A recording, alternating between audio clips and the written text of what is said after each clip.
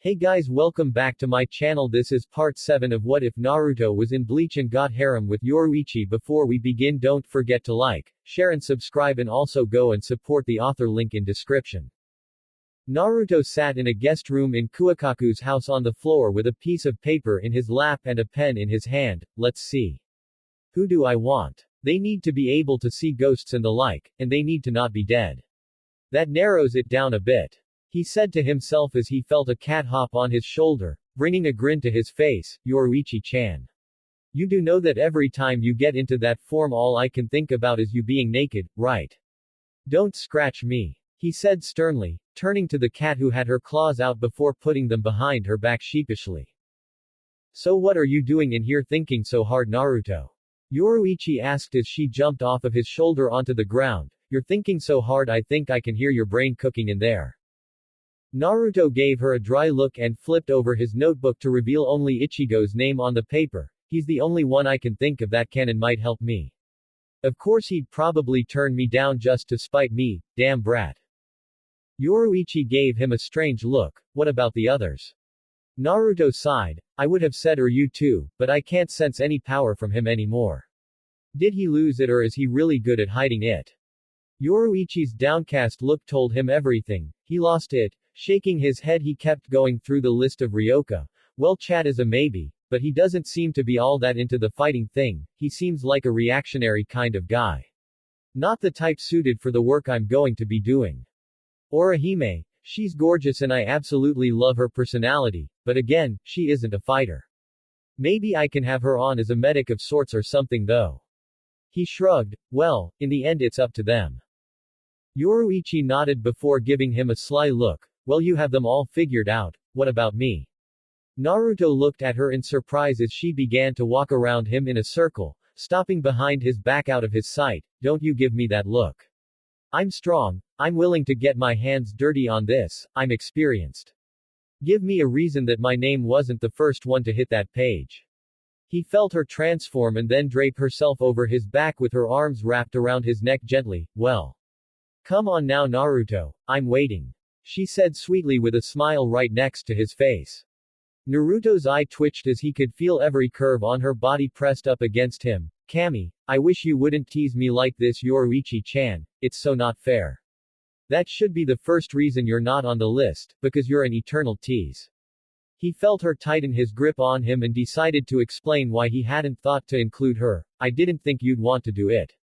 I thought you would stay here and rejoin up with the Gote 13, or if nothing else keep working with Urahara.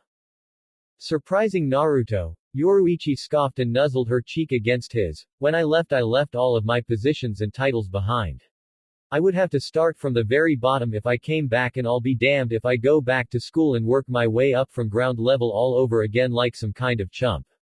Besides, working with people like Kazuki and you is way more fun than being a Shinigami for them. He would probably even help you out too.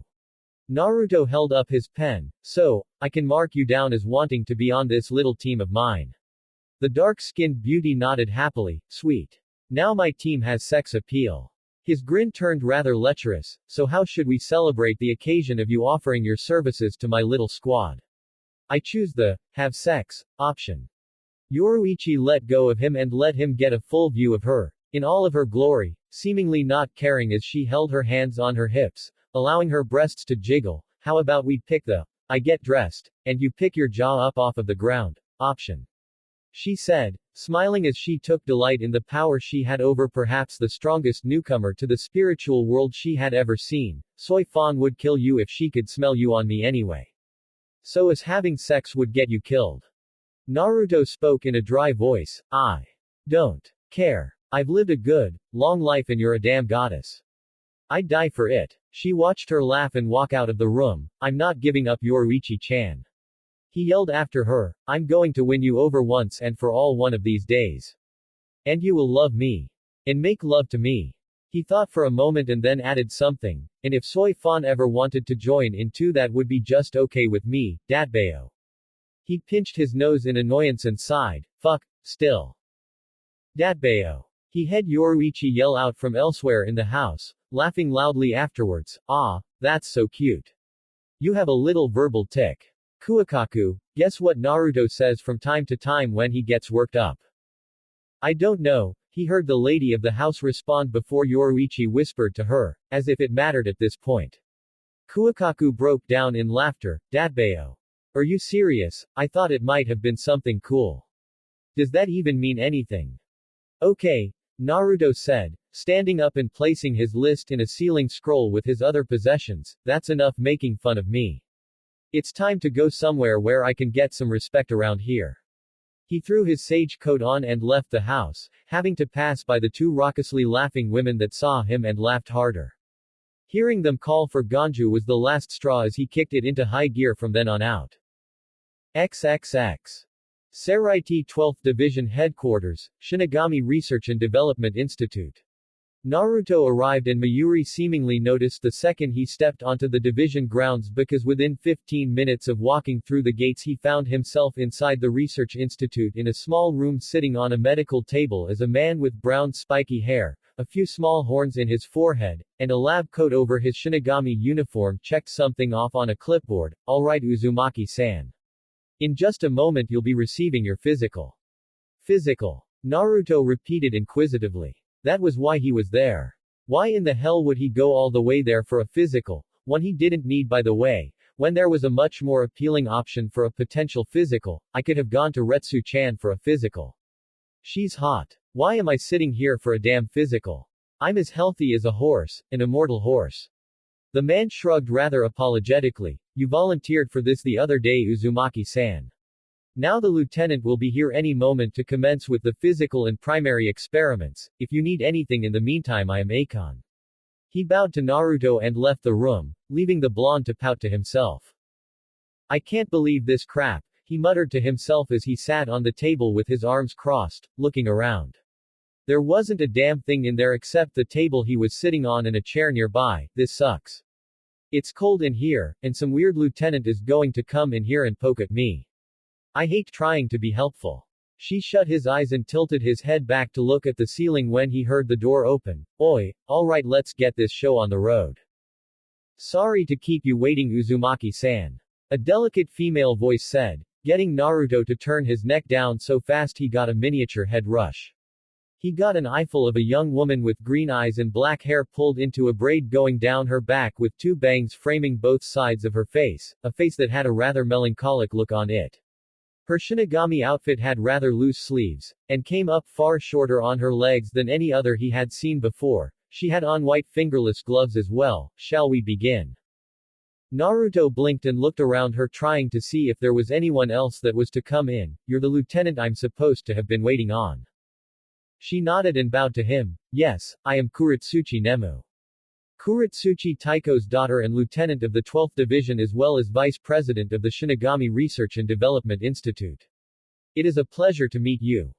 Naruto smiled at her and extended a hand. Same here. I'm Uzumaki Naruto, so what am I here for Nemu-chan?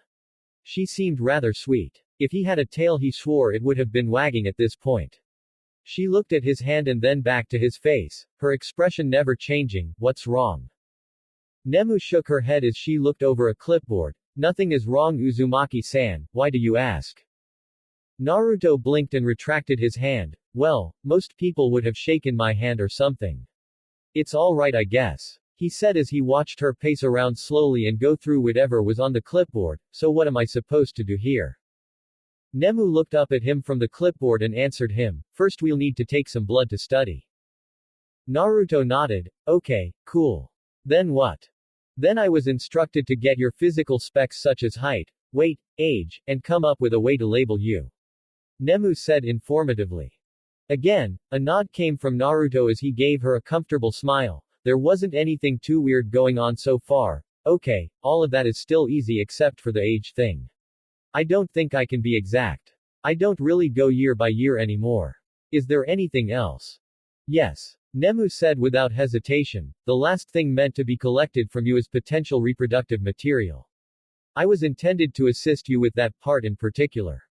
And with that, the smile on Naruto's face became rather strained as his mind battled with the potential prospects of what she said. What in the hell did she just say? He could have made his own conclusion on the matter, but he still had to ask her to make sure he actually had it right, and by collecting my reproductive material you mean.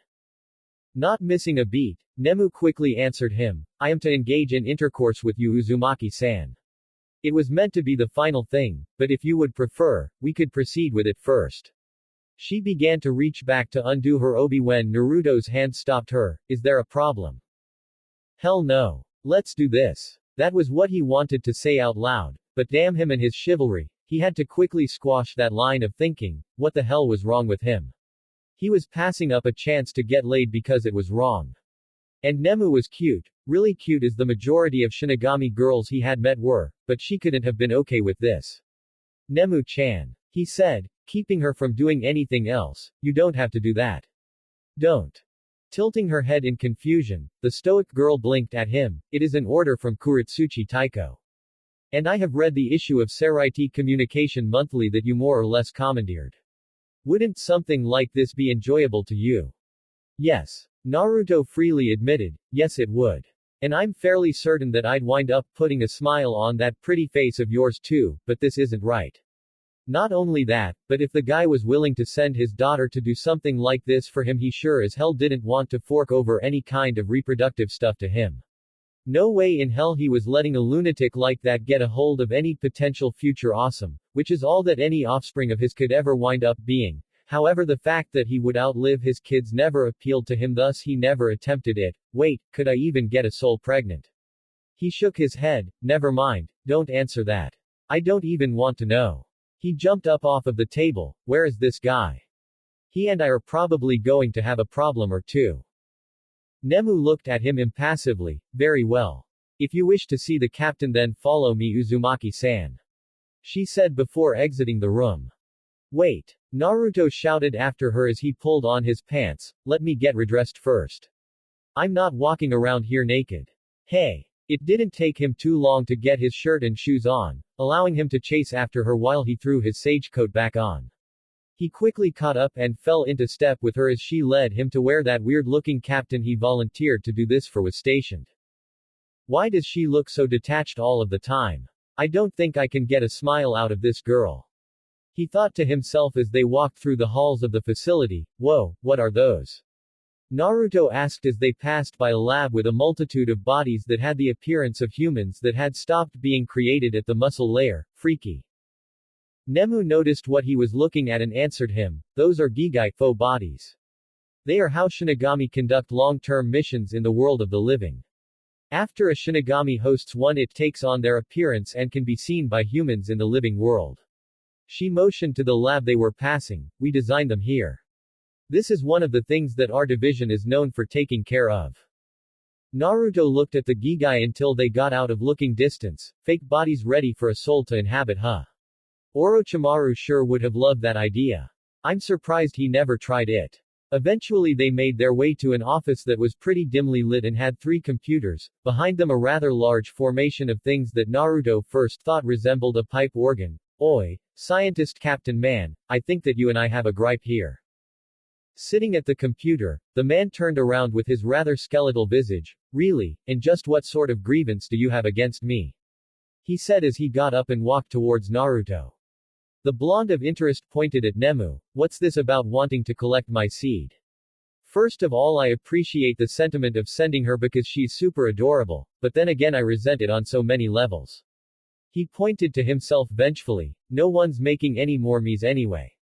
There can be only one.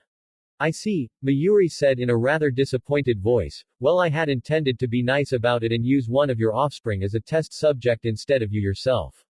Collecting the blood and other things from you were just means of a control for the eventual experimentation, but you say that there can be only one so I'll have to experiment on you then.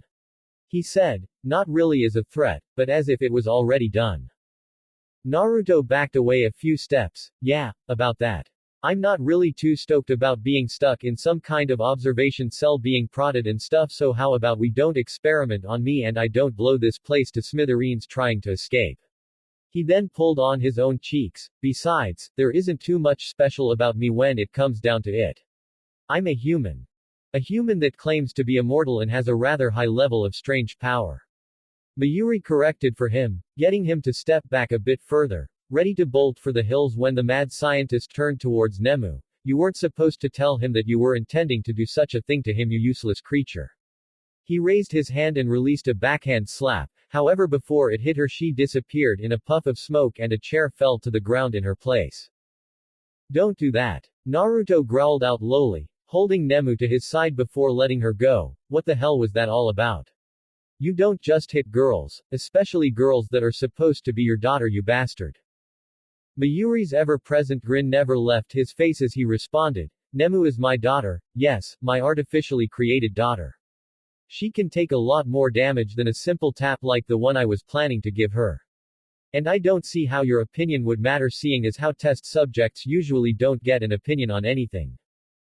Naruto ran a hand through his hair, if you lay a hand on me or you hit her in my presence again I'm taking the hand that you used right off of your body. Then you can study exactly how I kick your ass. We can run a test on that if you want to. He threatened. Having known that Naruto had been fighting on more than even grounds with Captain Commander Yamamoto during the turmoil in the Seraiti and having come out relatively unscathed in the process, Mayuri knew that Naruto was both willing to fight him here, and more than capable of tearing the place apart if he tried to simply grab him and capture him for study.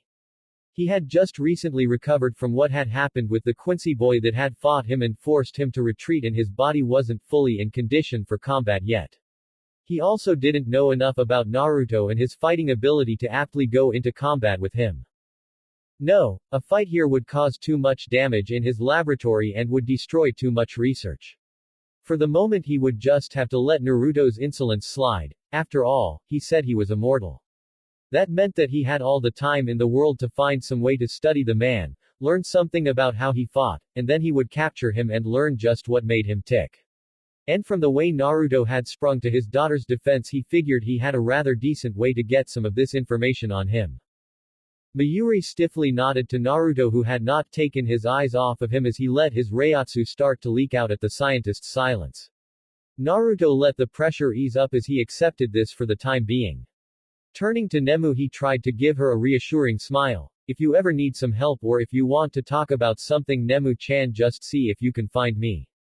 I'm always willing to help certain people out. Hook, line, and sinker. And Mayuri didn't even have to do anything to set it all up. As Naruto began walking away out of the building back through the halls, Mayuri called for Nemu. Nemu, it seems like I'll have a use for you after all.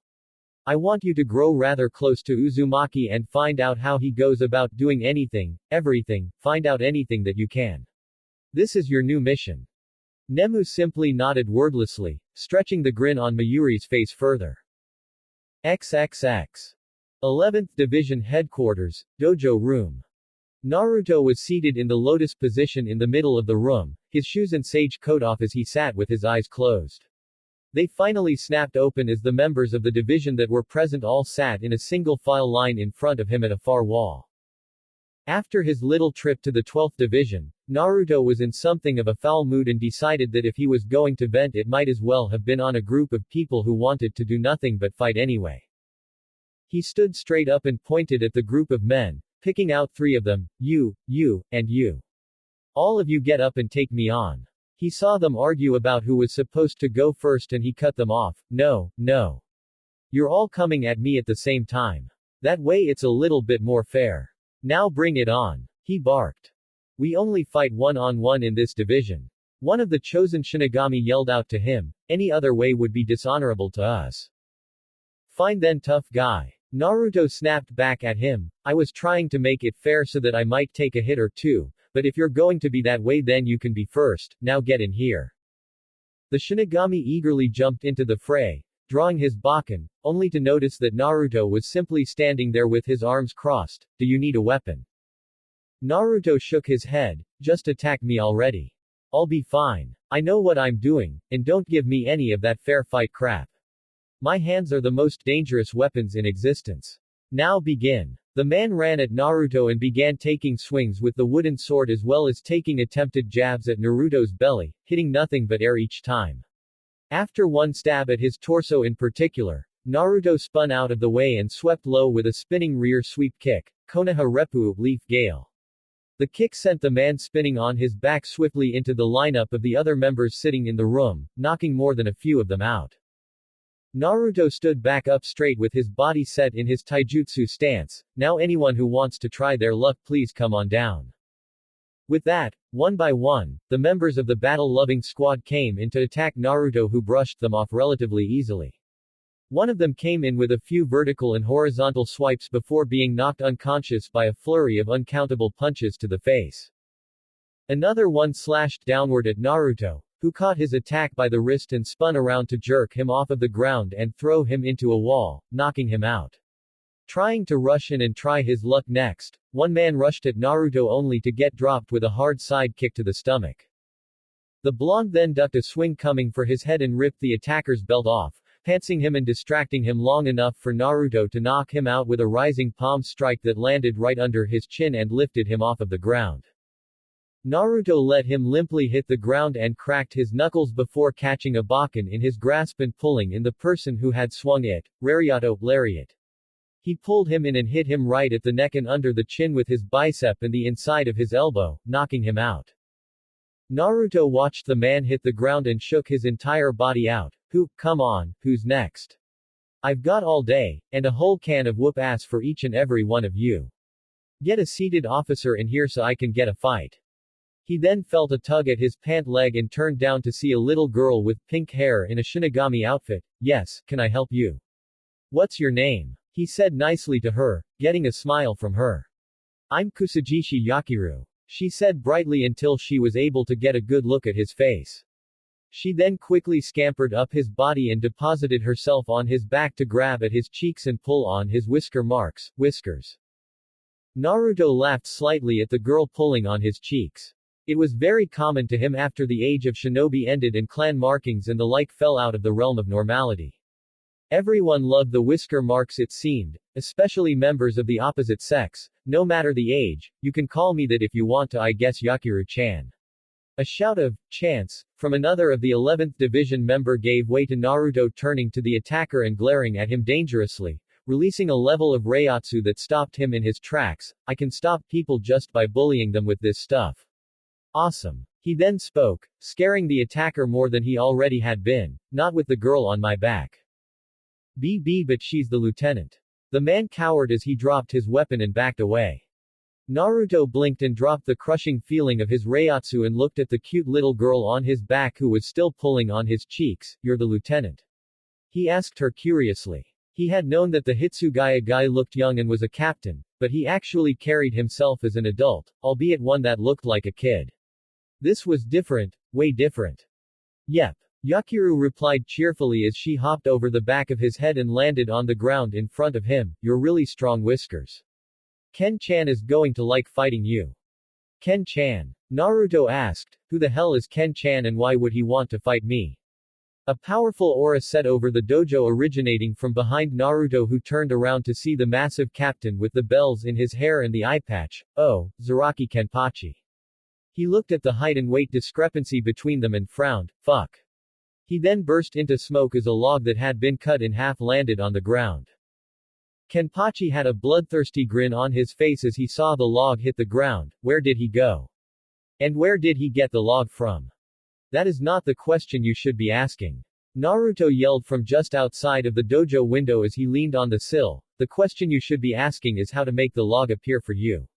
He gestured grandly to the world around him. There's always a log. But you have to believe that it's there. He lowered his voice to a whisper. You have to believe. He then ducked as a few hair follicles were separated from his scalp. Oi. That was close, you jerk. He screamed like a girl when he dodged another swing and took off running as the large captain barreled through the window with Yakiru on his back laughing gleefully. Why are you running? Kenpachi asked as he continued bounding after Naruto. Why don't you fight me like you did the old fart? Naruto turned back. Kenpachi wasn't as fast as him. If he had to run, he probably could have gotten away. Okay, let's play. Naruto grinned at him. A good fight was never really something he liked turning down, because, this is how I fight. Naruto turned around and threw a kick that Kenpachi blocked with one arm, strong. He then disappeared in a blur before Kenpachi could cut through him. The large combat-loving captain grinned as he took several hard punches that he couldn't see to the face and the body. He let Naruto land those punches to see how strong he was, and from the bruises beginning to form on his mostly bare torso he liked the results. It took Ichigo nearly getting killed before he could even start hurting me. He licked his lips evilly. Yakiru, hop off of my shoulder would you? Yay! She shouted as she jumped off and landed on a nearby rooftop. Ken-chan is going to play. Before Naruto could hit him again, Kenpachi took a swing at his side that resulted in a loud clang, signifying that he had been blocked by Naruto. Naruto found himself being pushed back and also saw that his kunai had been cut into with the sword. Damn, you're so lucky I have my good sword stashed in the world of the living. He said with a grin. Kenpachi returned the grin with one of his own. That's a shame. You really could have used one right now as far as I can see. He said as he began to run at Naruto and drive him back into a nearby wall, destroying it. Wah! Naruto was thrown from the rubble and debris before rolling to his feet with a kunai in his hand, a tag attached to the back. Eat this then. Naruto threw it at Kenpachi and watched as he caught it in his hand. Is that the best you can do? Kenpachi taunted. Where's the power that put the old fart Yamamoto on edge? I thought you were dangerous.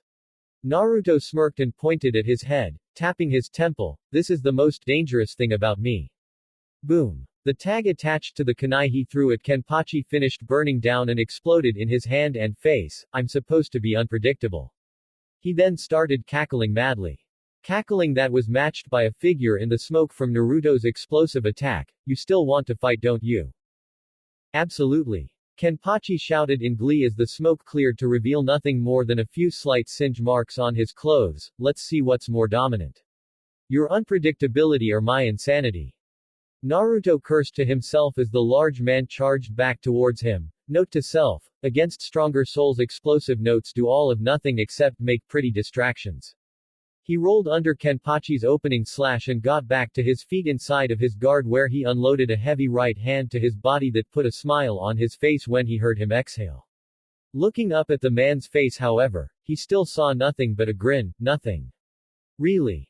Kenpachi shook his head. Oh, it rattled a few ribs around for sure, but that's nothing to me. You'll have to fight me with intent to kill to even come close to wounding me bad enough. He then grabbed a hold of Naruto's arm. I know how to fight you now. You like using space to get angles on opponents and jumping back out of range once you do your damage. Well then how about this?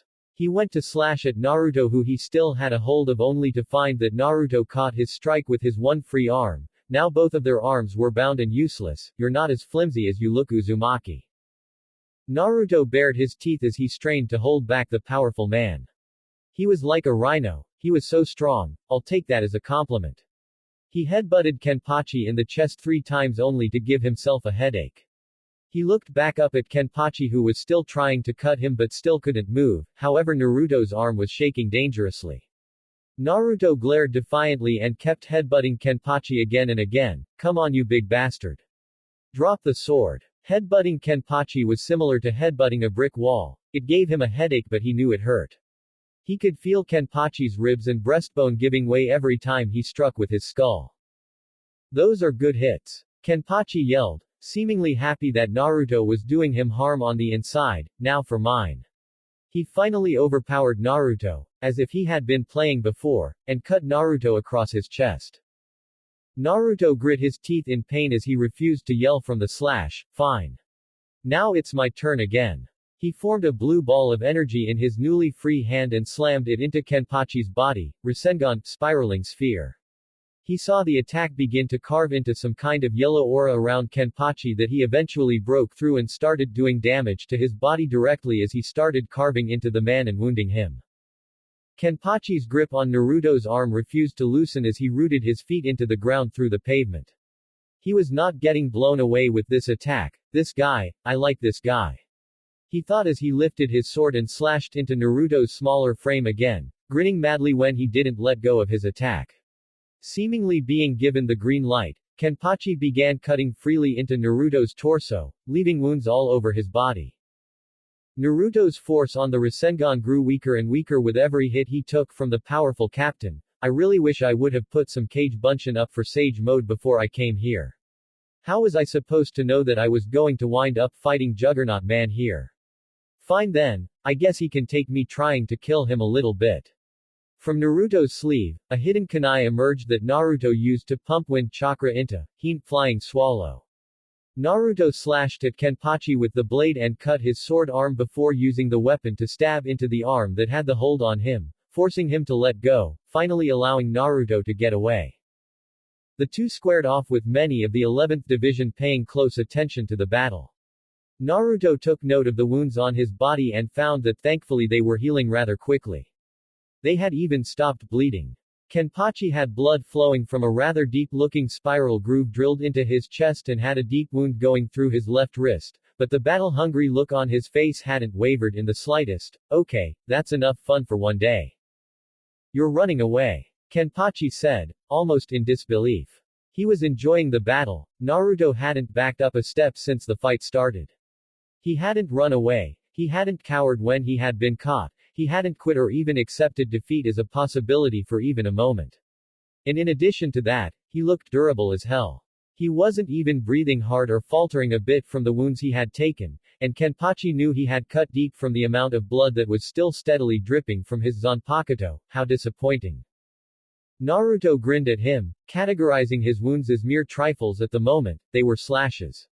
Stabs would have been far more serious and then he would have been a bit more inclined to be serious. Well, I'm not really at my best here. He admitted, yeah. I would destroy too much stuff around here if I started going harder. I tore apart a third of a forest fighting Soi Fon and Yamamoto Jiji and I blew up the Tsukyoku thing, remember? He saw Kenpachi's grin grow more insane than before. Something tells me that I shouldn't have reminded him that I can do way better than this. Then we'll have to do this some other time, Uzumaki. Kenpachi relented. You and Ichigo. Now I have two people that I'm just dying to fight again. He laughed in anticipation of an all-out fight against both of them, especially now that Ichigo's Benkai was common knowledge. You'd better keep getting stronger. Now Naruto could have been responsible and simply accepted his new barbaric stalker, but he wasn't feeling too responsible right now. Yeah, well you should probably beat Ichigo first. He's a good warm-up for me. Once you beat Ichigo I'll find you and fight you, and you won't even have to look for me. He said with a thumbs up before running away with swift release. He didn't really want to throw Ichigo under that bus, but to hell with that. He didn't need any new people that wanted to kick his ass. He had a lifetime full of that already and enough new enemies in front of him and on the horizon. Bye Whiskers. Yakiru yelled after his blurring image, come back and play again sometime. XXX. Later 4th Division Headquarters, Captain Unohana's office quarters. Is there something in the water in this place or something, Retsu-chan? Naruto asked rhetorically as he sat on the woman's desk, bandages on his bare torso from a quick round of medical work. First there's that Mayuri guy, who I want to punch in the face, and then there's Zaraki Kenpachi who seems to want to fight me to the death at full power now. Unohana smiled at him as she sat at her desk. We have a few eccentric cases abound in the Seraiti. You learn to live with things around here. As a matter of fact you actually aren't doing that bad of a job at fitting in. She looked at a slightly exposed part of one of Naruto's wounds with a scrutinizing eye. You have a very high-speed level of healing, Uzumaki-san. Naruto grinned at her and poked at the wound she was looking at, prompting her to slap his hand away lest he make it worse. It's more along the lines of damn near being regeneration. I heal really fast and I don't get scars. I don't know if I could lose a limb and grow it back, but thankfully I've never had to test that out. He joked to her. Do you think that I would be able to examine and study it? She asked before blinking as Naruto quickly scuttled away to the other side of the room. She then remembered what was said at the last captain's meeting. What's the mat? Oh, Kuritsuchi Taiko. She got a nod from Naruto. I see. I wouldn't worry too much about it. He has to actually find a way to capture you and keep you for anything to be done to you. Naruto gave her a deadpan look. You know, that doesn't really make me feel any better about an insane scientist after my manly juices among other things.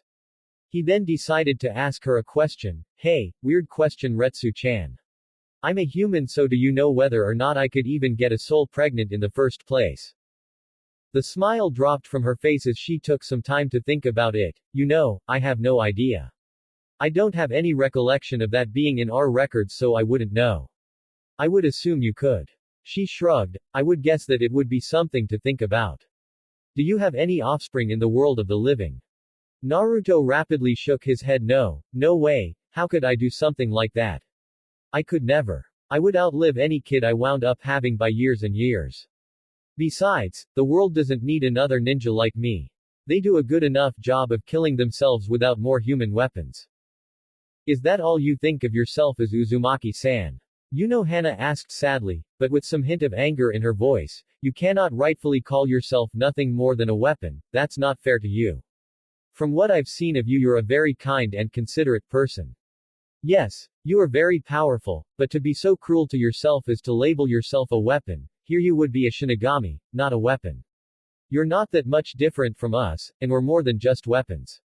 She gave him a small smile. Just look at me, I'm a healer, not just a fighter. A laugh came from Naruto. Yep, I'm feeling better just looking at you, beautiful. He walked over to her desk as he put his cut-up shirt back on. And you don't have to call me Uzumaki, you can call me Naruto if you want to, Retsu-chan. Whatever you say, Uzumaki-san. Hana said pleasantly, but letting him know that she wasn't about to get that familiar yet, bringing fake tears to his eyes. However, do you think that you're really ready to leave the HQ yet? Your wounds are still rather fresh, she said with a slight threatening tone. Naruto smirked and pulled his shirt up, patting his bandages. Retsu-chan, I'm probably the easiest patient you're ever going to have. It takes an obscene amount of punishment to actually kill me, and I'll heal from pretty much anything that can be thrown at me in a single day at the longest. He pulled his shirt back down. I'd be surprised if these little baby scratches lasted the rest of the night without finishing healing up, but thank you for being worried about me. He grabbed his sage coat and threw it over his shoulder. I wish I could wash this right now though. I don't like having a bloody jacket.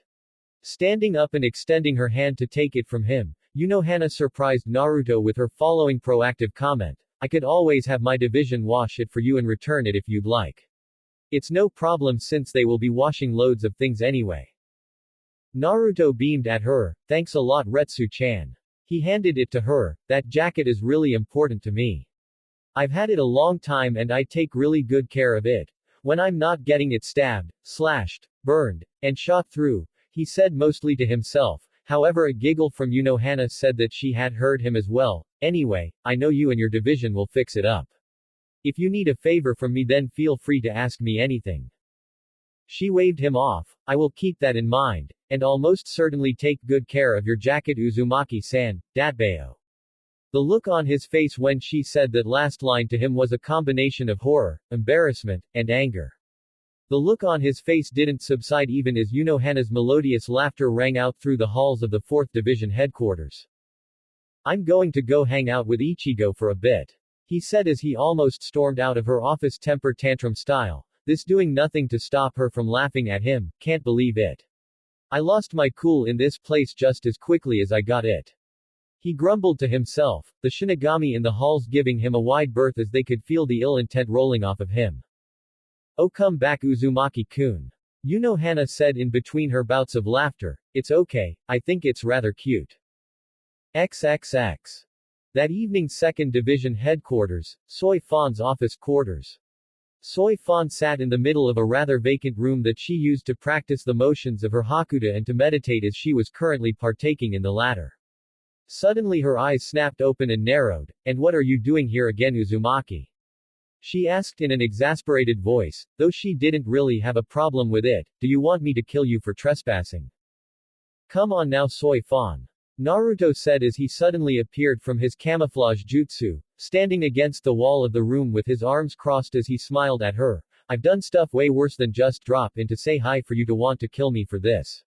He walked over and sat down in a similar manner right next to her. So how was your day, oh captain, my captain? It was fine, she sighed out in a bored manner as she shut her eyes and pretended to be trying to get back into a meditative trance. The attitude she exuded was one that projected that Naruto was annoying her, but the truth was that she didn't mind his company whatsoever. She knew he was actually skilled and not really so goofy when the times required it, and it was actually nice to have someone that actually wanted to talk to her from time to time. The fact that he almost never took it personally when she pulled her Zanpakuto on him either was a plus as well, but I've heard that you've been making a little ruckus with the 11th Division. Naruto frowned as he followed suit with Soi Fon and shut his eyes to fake trying to achieve a trance. He was simply sitting like this in case she legitimately wanted to meditate and he was disturbing her. So you heard about that, huh? Kami, that Zaraki Kenpachi is kind of crazy, isn't he? He wants to fight me at full power. I want to fight you at full power as well. Soi Fon admitted, cracking an eye to give a rather shocked Naruto a stern glance. I will not accept the results of our battle as the extent of the conflict. I didn't lose, you didn't beat me. She stopped his reply by opening both of her eyes. I will admit that you were more powerful than me when we fought, but that won't be the end of the issue. We will fight again one day. I will return the favor that you gave me, and maybe you'll be graced with the sight of my Bankai the next time around, or maybe my improved new special technique Shunko once I finish training it with Yoruichi-sama. Naruto was going to say that it was a bad idea for them to fight again, but once he began to focus on the tranquility of the room he noticed that there wasn't a single hint of ill intent from Soi Fon when she said that. That brought a smile to his face. Well, anytime you feel like playing, feel free to look for me, Soi Fon. I'll play with you anytime if that's what you really want, as long as you don't kill me while we fight. We're supposed to be friends. She shut her eyes again and resumed her fake meditation to hide the fact that she was actually enjoying the conversation. Well, if you survive me attacking you from the shadows when I find you, I'll think about sparing you after I embarrass you and defeat you. Well, Naruto said, a toothy grin on his face, how about this? Every time you try to get the drop on me and fail, I'll give you a big hug. And that will be how we say hello from now on. He surprised her by wrapping a single arm around her shoulders and pulling her smaller body closer to his in a one-armed hug, because you know I love you, my little bee. Naruto purposefully ignored the growing look of annoyance on Soi Fon's face and instead chose to take the increasing red hue on her face as something more positive. How wrong he was. XXX. As members of the 2nd Division walked through the HQ near Soi Fon's office and quarters, they hurried on past her door as the clear sounds of crashing and conflict as well as angry curses from Soi Fon herself and insane laughter from a male voice rang out. They had immediately deduced the male voice as that of one Uzumaki Naruto, and after how he had taken to creating chaos all over the Seraiti and picking on their captain, putting his own life at risk in the process, they decided to stay out of it. Omaeda, Soi Fon's lieutenant, knocked on the door carefully and stuck his ear to the door to hear the sounds of crashing and yelling from within. Captain. Are you all right in there? She's fine. He heard a gleeful male voice answer in reply. Soi Fon is just showing me how much she loves me right now. Oop. I think she's about to try and give me another love mark. Jinteki Shikusetsu, Suzumbaki, sting all enemies to death, Hornet. Omaeda stepped back when the power of Soi Fon's Zanpakuto was released. Hold still, Uzumaki, and just die already. A sound of metal clashing with metal sounded out before the sounds of the fighting stopped. However, Naruto spoke again. Soi Fon, I know you love me, you know you love me, and I can guess that your entire division knows that you love me. So just stop with the games and come out with it already. Omaeda heard her growl before it suddenly stopped. Okay then. You're right, Uzumaki. I love you so much. From the way she said that, Omaeda could believe that she was saying that tauntingly with a smirk on her face. Datbeo. Naruto gasped in shock and horror. She fucking told you to. He yelled before a solid blow and a grunt sounded out along with the noise of his body hitting the wall was made. I need to go deal with this little problem I'm having today with a certain kitty cat. By Soi Fon. By Soi Fon's Lieutenant Guy. A sound of a burst of speed was followed by Soi Fon quickly opening the door to her office with Omaeda backing off roughly 10 feet. She gave him a glance before walking down the hall with the shikai of her Zanpakuto still active. I'm going for a short exercise run. I should be back before midnight, Omaeda. You're in charge until I return. He said before she vanished in a burst of her shunpo. Got it, Captain. He stared at where she had been before scratching his head and picking his nose. Maybe that Uzumaki guy is right. I've never seen her so fired up for anything. XXX. The next day. Naruto never thought he would actually have wanted Yoruichi to stay away from him.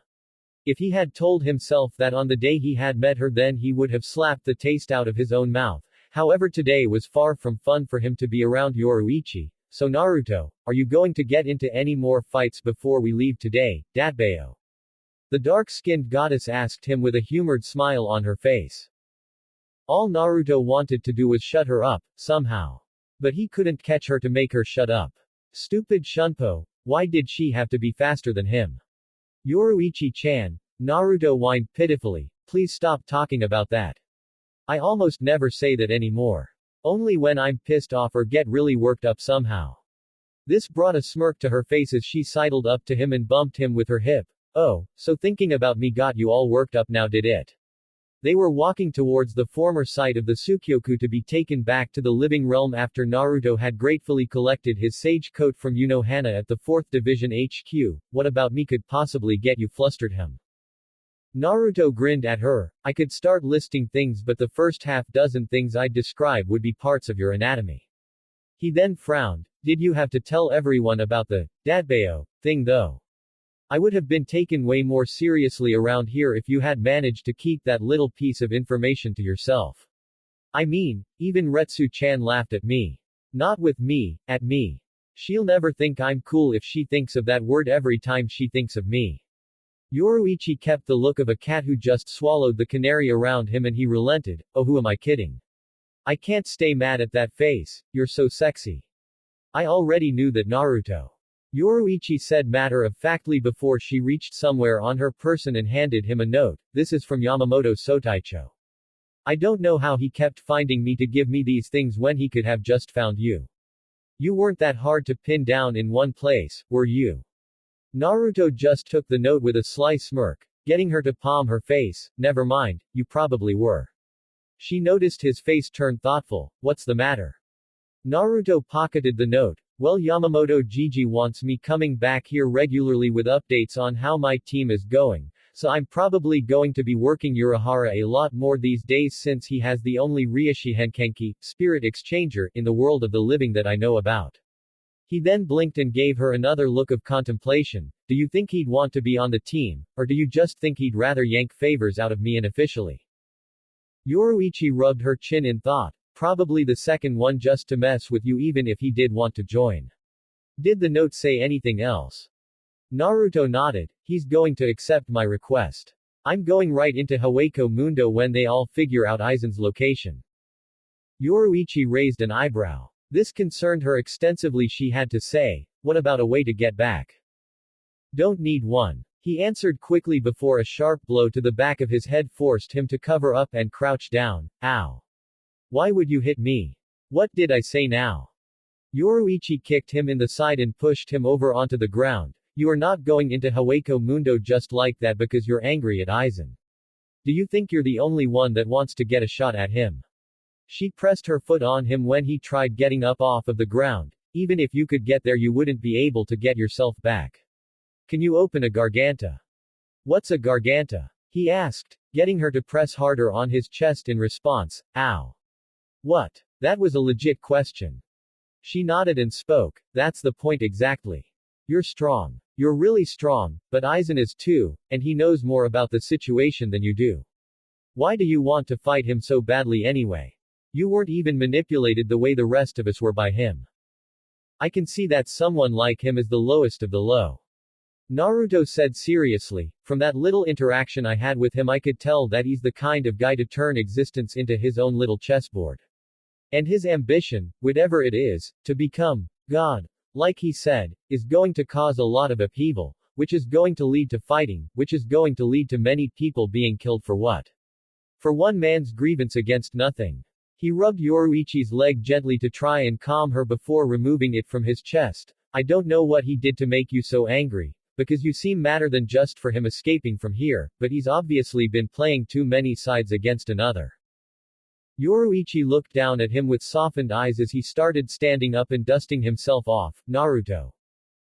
Naruto cracked his neck and walked over to where the rest of the Ryoka were standing, waiting to be sent home through the Shinigami portal to the world of the living. He turned over his shoulder and looked at Yoruichi. I'm telling you this right now, Yoruichi-chan. When I was young, I was too weak to stop things like what this Aizen guy wants to do before too much damage was done. And even now there's a chance that I can't put this guy down, but you know what? That doesn't matter. The first swing at that piece of crap I can get I'm taking, because I've learned that some people just do not need to exist in the world. Yay. Bu. Naruto you. Yoruichi didn't know what to say to the look of serene reassuring confidence on his face. On the desolate, windy terrain of Tsukyoku Hill, Naruto looked like some kind of superhero as his open jacket blew in the wind along with his golden locks. All she found herself able to do was to smile back at him. I don't know what you're going to do. I don't know how you're going to do it, but you know that you have my support. Besides, I owe you one insane, utterly suicidal trip to somewhere I'm not guaranteed to return from anyway. Naruto's grin finally resurfaced as he grabbed her hand and walked with her to the unopened portal where the others were waiting. That's the spirit. Besides, wherever that Hueco Mundo place is, you and I can just pretend that it's a romantic getaway or something. You're so stupid, Yoruichi thought to herself, tightening her grip on his hand. Stupid, but for some reason I really like it. And you're going to need my help because if anyone knows things about the Soul Society that someone in your position will need to know, it's going to be me. As she looked over at him, she couldn't help but wonder, why was the sun hitting him like that and making him look so powerful? Was she losing her mind, or was it just that nature responds to me thing he told her about before? You're going to need my help, and I think I'm going to be more than happy to give it to you. She smiled as they finally got over to the others. Yukitake, who was there with Rukia to open the portal, handed Ichigo some strange pendant. Yoruichi knew exactly what it was and could only laugh to herself as it seemed that Yamamoto wanted to believe in Ichigo as well. Now everyone, how about we all go home? XXX. 1st Division Headquarters, Captain Yamamoto's office quarters. Sasaki Chojiro, Yamamoto's lieutenant, a man that appeared to be middle-aged with short, silver hair, looked at the aged leader of all Shinigami forces. Do you really think it was wise to give the Kurosaki boy free rein to be a proper substitute Shinigami? More so to allow that Uzumaki to form his own group in the world of the living. Yamamoto took his underling's skepticism about his decisions on Naruto and Ichigo without any offense intended. He understood that he was simply worried of the consequences of doing so. We have become predictable, Chojiro. The older man admitted. This allowed Aizen to play us against one another and take advantage of the Soul Society's chaos generated by our lack of ability to bend and change with the situation and work his schemes without our knowledge to the wiser.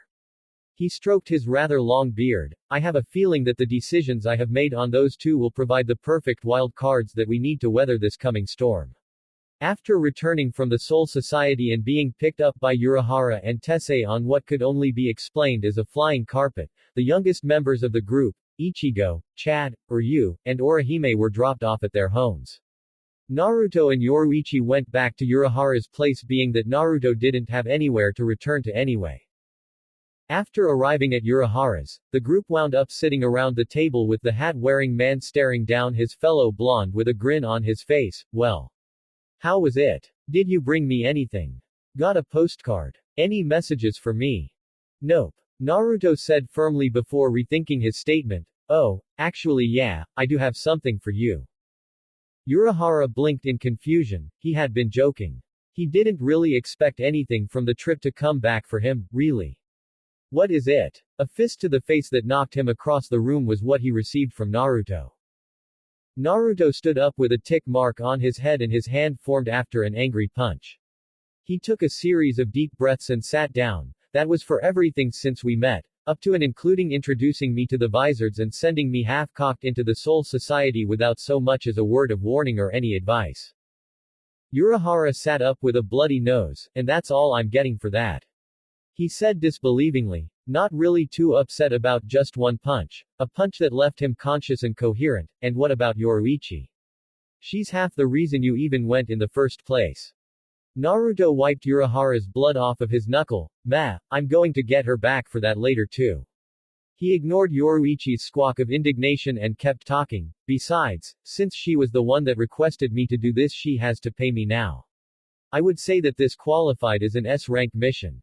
He started doing math on his hands. Okay, 1 million ryo was the going rate for an S-rank mission back when I was a kid. That exchange rate would be 10 yen for 1 ryo. He pointed firmly at Yoruichi. You owe me 10 million yen. Yoruichi's jaw dropped as she started sputtering nonsense before being able to form coherent words. 10 million. What the hell are you talking about? I can't afford that. She stood up and pointed back at him accusingly. And aren't you rich? Couldn't you do something out of the kindness of your heart for once? Naruto shook his head. I'm a mercenary Yoruichi-chan. If I don't charge you for stuff like this, then I'll have to give other people breaks, and I'll lose my clientele. He ignored her yell of, what clientele? And kept reasoning, I can give you a friend's discount though. 50% off, that means you owe me 5 million now. Isn't that better? He felt the yellow eyes of the former noble glaring at him as Ururu handed him a cup of tea. Just because I'm loaded doesn't mean I can start doing things for free. The economy is tumultuous these days, he said as he calmly took a sip of his beverage. I'll show you tumultuous, you stingy bastard. Yoruichi said, cracking her knuckles before Naruto held up a hand to stop her. What now? You could always work it off. Naruto said, you're supposed to be on my team that I'm building anyway. Just do this one mission for me and we're all even again. Fine, Yoruichi said, ready to be rid of her debt that she had placed herself under. What do I have to do? Sleep with you? He noticed his eyes flicker to hers. I'm not sleeping with you over a debt. Naruto rolled his eyes. I would never ask you to do that anyway, Yoruichi-chan. He said in a heartfelt manner before he turned serious and pointed at her. You're not going to be able to use that excuse. When I wind up sleeping with you, it's going to be because we have something between us that made you feel it was appropriate, not because you owe me something. Yoruichi crossed her arms with a twitching eye. Are you done? Naruto nodded and took another sip. Then what's the mission? Naruto lowered his cup and smiled. Urahara, I'm going to need a very, very good gigai. Huh? The store owner said in confusion before elaborating. I'm sorry, I tuned out after you said she had to do a mission for you. I assumed that would mean, sleep with you, and I kind of went scatterbrained for a second imagining me in your place. He felt Yoruichi's death glare shift to him and he immediately stood up, but you said gigai. I heard that. Follow me, sir, we have a wide selection of gigai to choose from. He grabbed Naruto's arm and dragged him out of the room. Yoruichi looked at the open door as the only ones left in the room now were her, Tessai, Ururu, and Ginta. Hey wait. What do you need a gigai for? You're human already. XXX. No. Yoruichi said firmly. Yes. Naruto replied brightly, Urahara behind him, happily holding up a blank gigai. This is your mission and requires a gigai, unless you'd like to front me your pay when we start getting it for our work. He suggested. I don't think I even care that much. Yoruichi said, turning away from them. The fact that you're going to even try to have me do that, I don't think I could bear it. She said, shivering slightly. Naruto wrapped his arms around her to stop her shivering. Yeah, I know. I'm going to be doing it too, but that's why I need you there with me. So that I don't die of boredom or kill someone while I'm there. Keep me in line. Yoruichi whipped around in his grasp and looked up at him, but why? Why would you possibly need me to go with you for what you're about to do? I don't want to go anywhere, let alone all the way around the world. Naruto frowned, because it's going to be a long fucking trip and I need you to come with me so that I don't get bored. Don't you want to learn more about me anyway? Why can't I just keep going as a soul? She said, pouting, or as a cat. I could go as a cat, that would be just as good, right? Naruto shook his head. Nope, I can't talk to a soul or a cat in public without being seen as totally insane. And besides, as far away as we're going, I need a sexy companion to make myself seem more awesome. Urahara appeared in front of her, waving the gigai. Come on Yoruichi, he's paying top dollar for this gigai. You know you want it. Well, you know that I want him to buy it so that you have it. Come on, it's going to be a good one. I hate using gigais. Yoruichi chewed on her lip as they kept pestering her about the gigai until she finally caved. Fine. I'll use the damn gigai and I'll go with you on your stupid trip to nowhere. Where are you even going anyway? Naruto wrote out a check to a salivating Urahara. I'm just going to swing by somewhere and grab someone that may or may not be useful for this. He seems like he would be if my memory is correct. Urahara was mumbling to himself about how much money he had just made before he stuck the check inside of his clothes. Uzumaki-san, I have one request of you. Whatever it is you're going to do. He reached elsewhere and grabbed Ginta, shoving him in Naruto's face. Take this guy with you. Naruto raised an eyebrow. Why do I want the angry, red-haired, bat-swinging runt to go with me? he said before dodging a pair of tiny legs that kicked out at him. Oh, runt. You. Jinta said, squirming in Urahara's grip. Naruto chuckled, ooh, he's got a little bite to him. Fine. I'll drag him along but don't cry to me if he winds up dead or something. Doesn't he have school? Don't you? Jinta replied, being set down on the ground. Technically I do, but I'm never going to go. Naruto said, and it's summer vacation. Oh, answered my own question.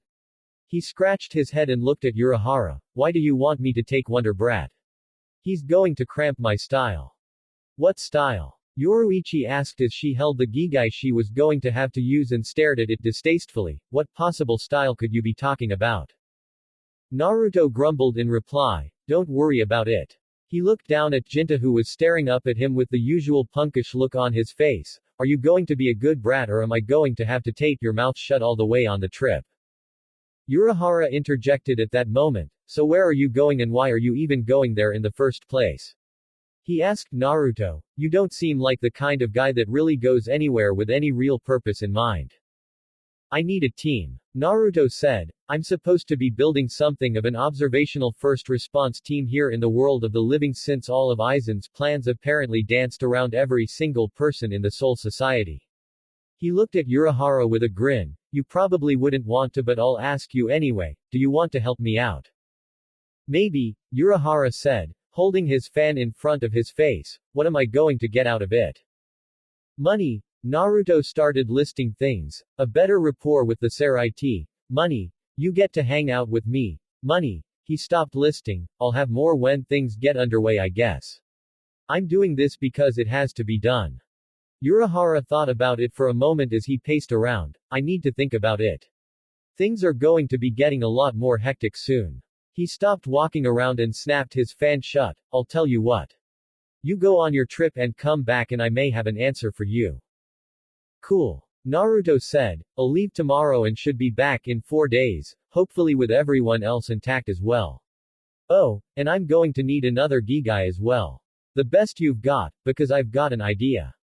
XXX. 2 days later. Naruto, wearing casual clothes for travel, a dark blue button-up shirt and a pair of black slacks and shoes, led Jinta, in his normal t-shirt and shorts, and Yoruichi, who was wearing a casual purple dress and a black short jacket. The three were walking through a particularly deep section of woods that Naruto seemed to be blazing as if it were ingrained in his memory about where he was trying to go. Yoruichi didn't have much of a problem following him all over the wildery area, although it was a long walk it was very calm. Jinta on the other hand had been pestering them both all trip and both were pondering how much trouble they would get into if they left him there. Either way, Urahara was going to get it when they got back to Karakura town. Why did you agree to take the kid? Yoruichi asked Naruto as she watched him seamlessly navigate their way through a densely wooded area of the forest. Naruto shrugged as he kept leading the way, a little adventure is good for a kid like that every now and then. He looked back, hopefully we lost him back there, he should be fine if we leave him here right. When I was his age I probably could have made it home from a place like this. Yoruichi let a lightly amused smile cross her face, so why are we even out here? You said you wanted to come out here to check for something, but you never said what it was. Naruto smiled back at her, can you feel that? He said as he jumped up a small rocky outcropping and held his hand out for her to take. Yoruichi gratefully accepted his help. Her gigai body was very well made, but she was as weak as a human in this form. Once he pulled her up and steadied her she actually could feel something in the air, actually yeah. I can. It feels like a very dull underlying of power. Where are we? Nowhere but a simple national nature park Yoruichi-chan. Naruto said as he continued to lead her along. But back when I was a teenager this place was actually a place that belonged to my friend's clan, and he used it to make sure that a certain someone was bound here for all of eternity. Yoruichi raised an eyebrow, then why are you coming here? Are you actually going to let him out? Naruto nodded, why? You just said he was supposed to stay here for all eternity. Is this person immortal like you? Yep, Naruto said before backtracking a bit. Well, not exactly like me but he is immortal, in pretty much every sense of the word. I can't kill his body, it's already dead. But I can still handle this guy. He looked around before letting out a yell. Jinta. Where are you? I'm over here, you lousy old fart. Naruto got a tick mark on his head as Yoruichi let out a giggle. They continued on towards where they heard Jinta's voice as Naruto let out some angry mutters about respect and how he wasn't old. Eventually they came to a clearing where Jinta was sitting on the grass waiting for them and seemingly staring at some kind of spirit that was bound to the ground by a chain centralized in a small hole in his chest. What the hell is this single spirit doing here in the middle of nowhere? It's like he's a demi-hollow or something, but he's the most chill demi-hollow I've ever seen. Yoruichi looked at Naruto. Of course he knew someone that was turning into a hollow, why wouldn't he?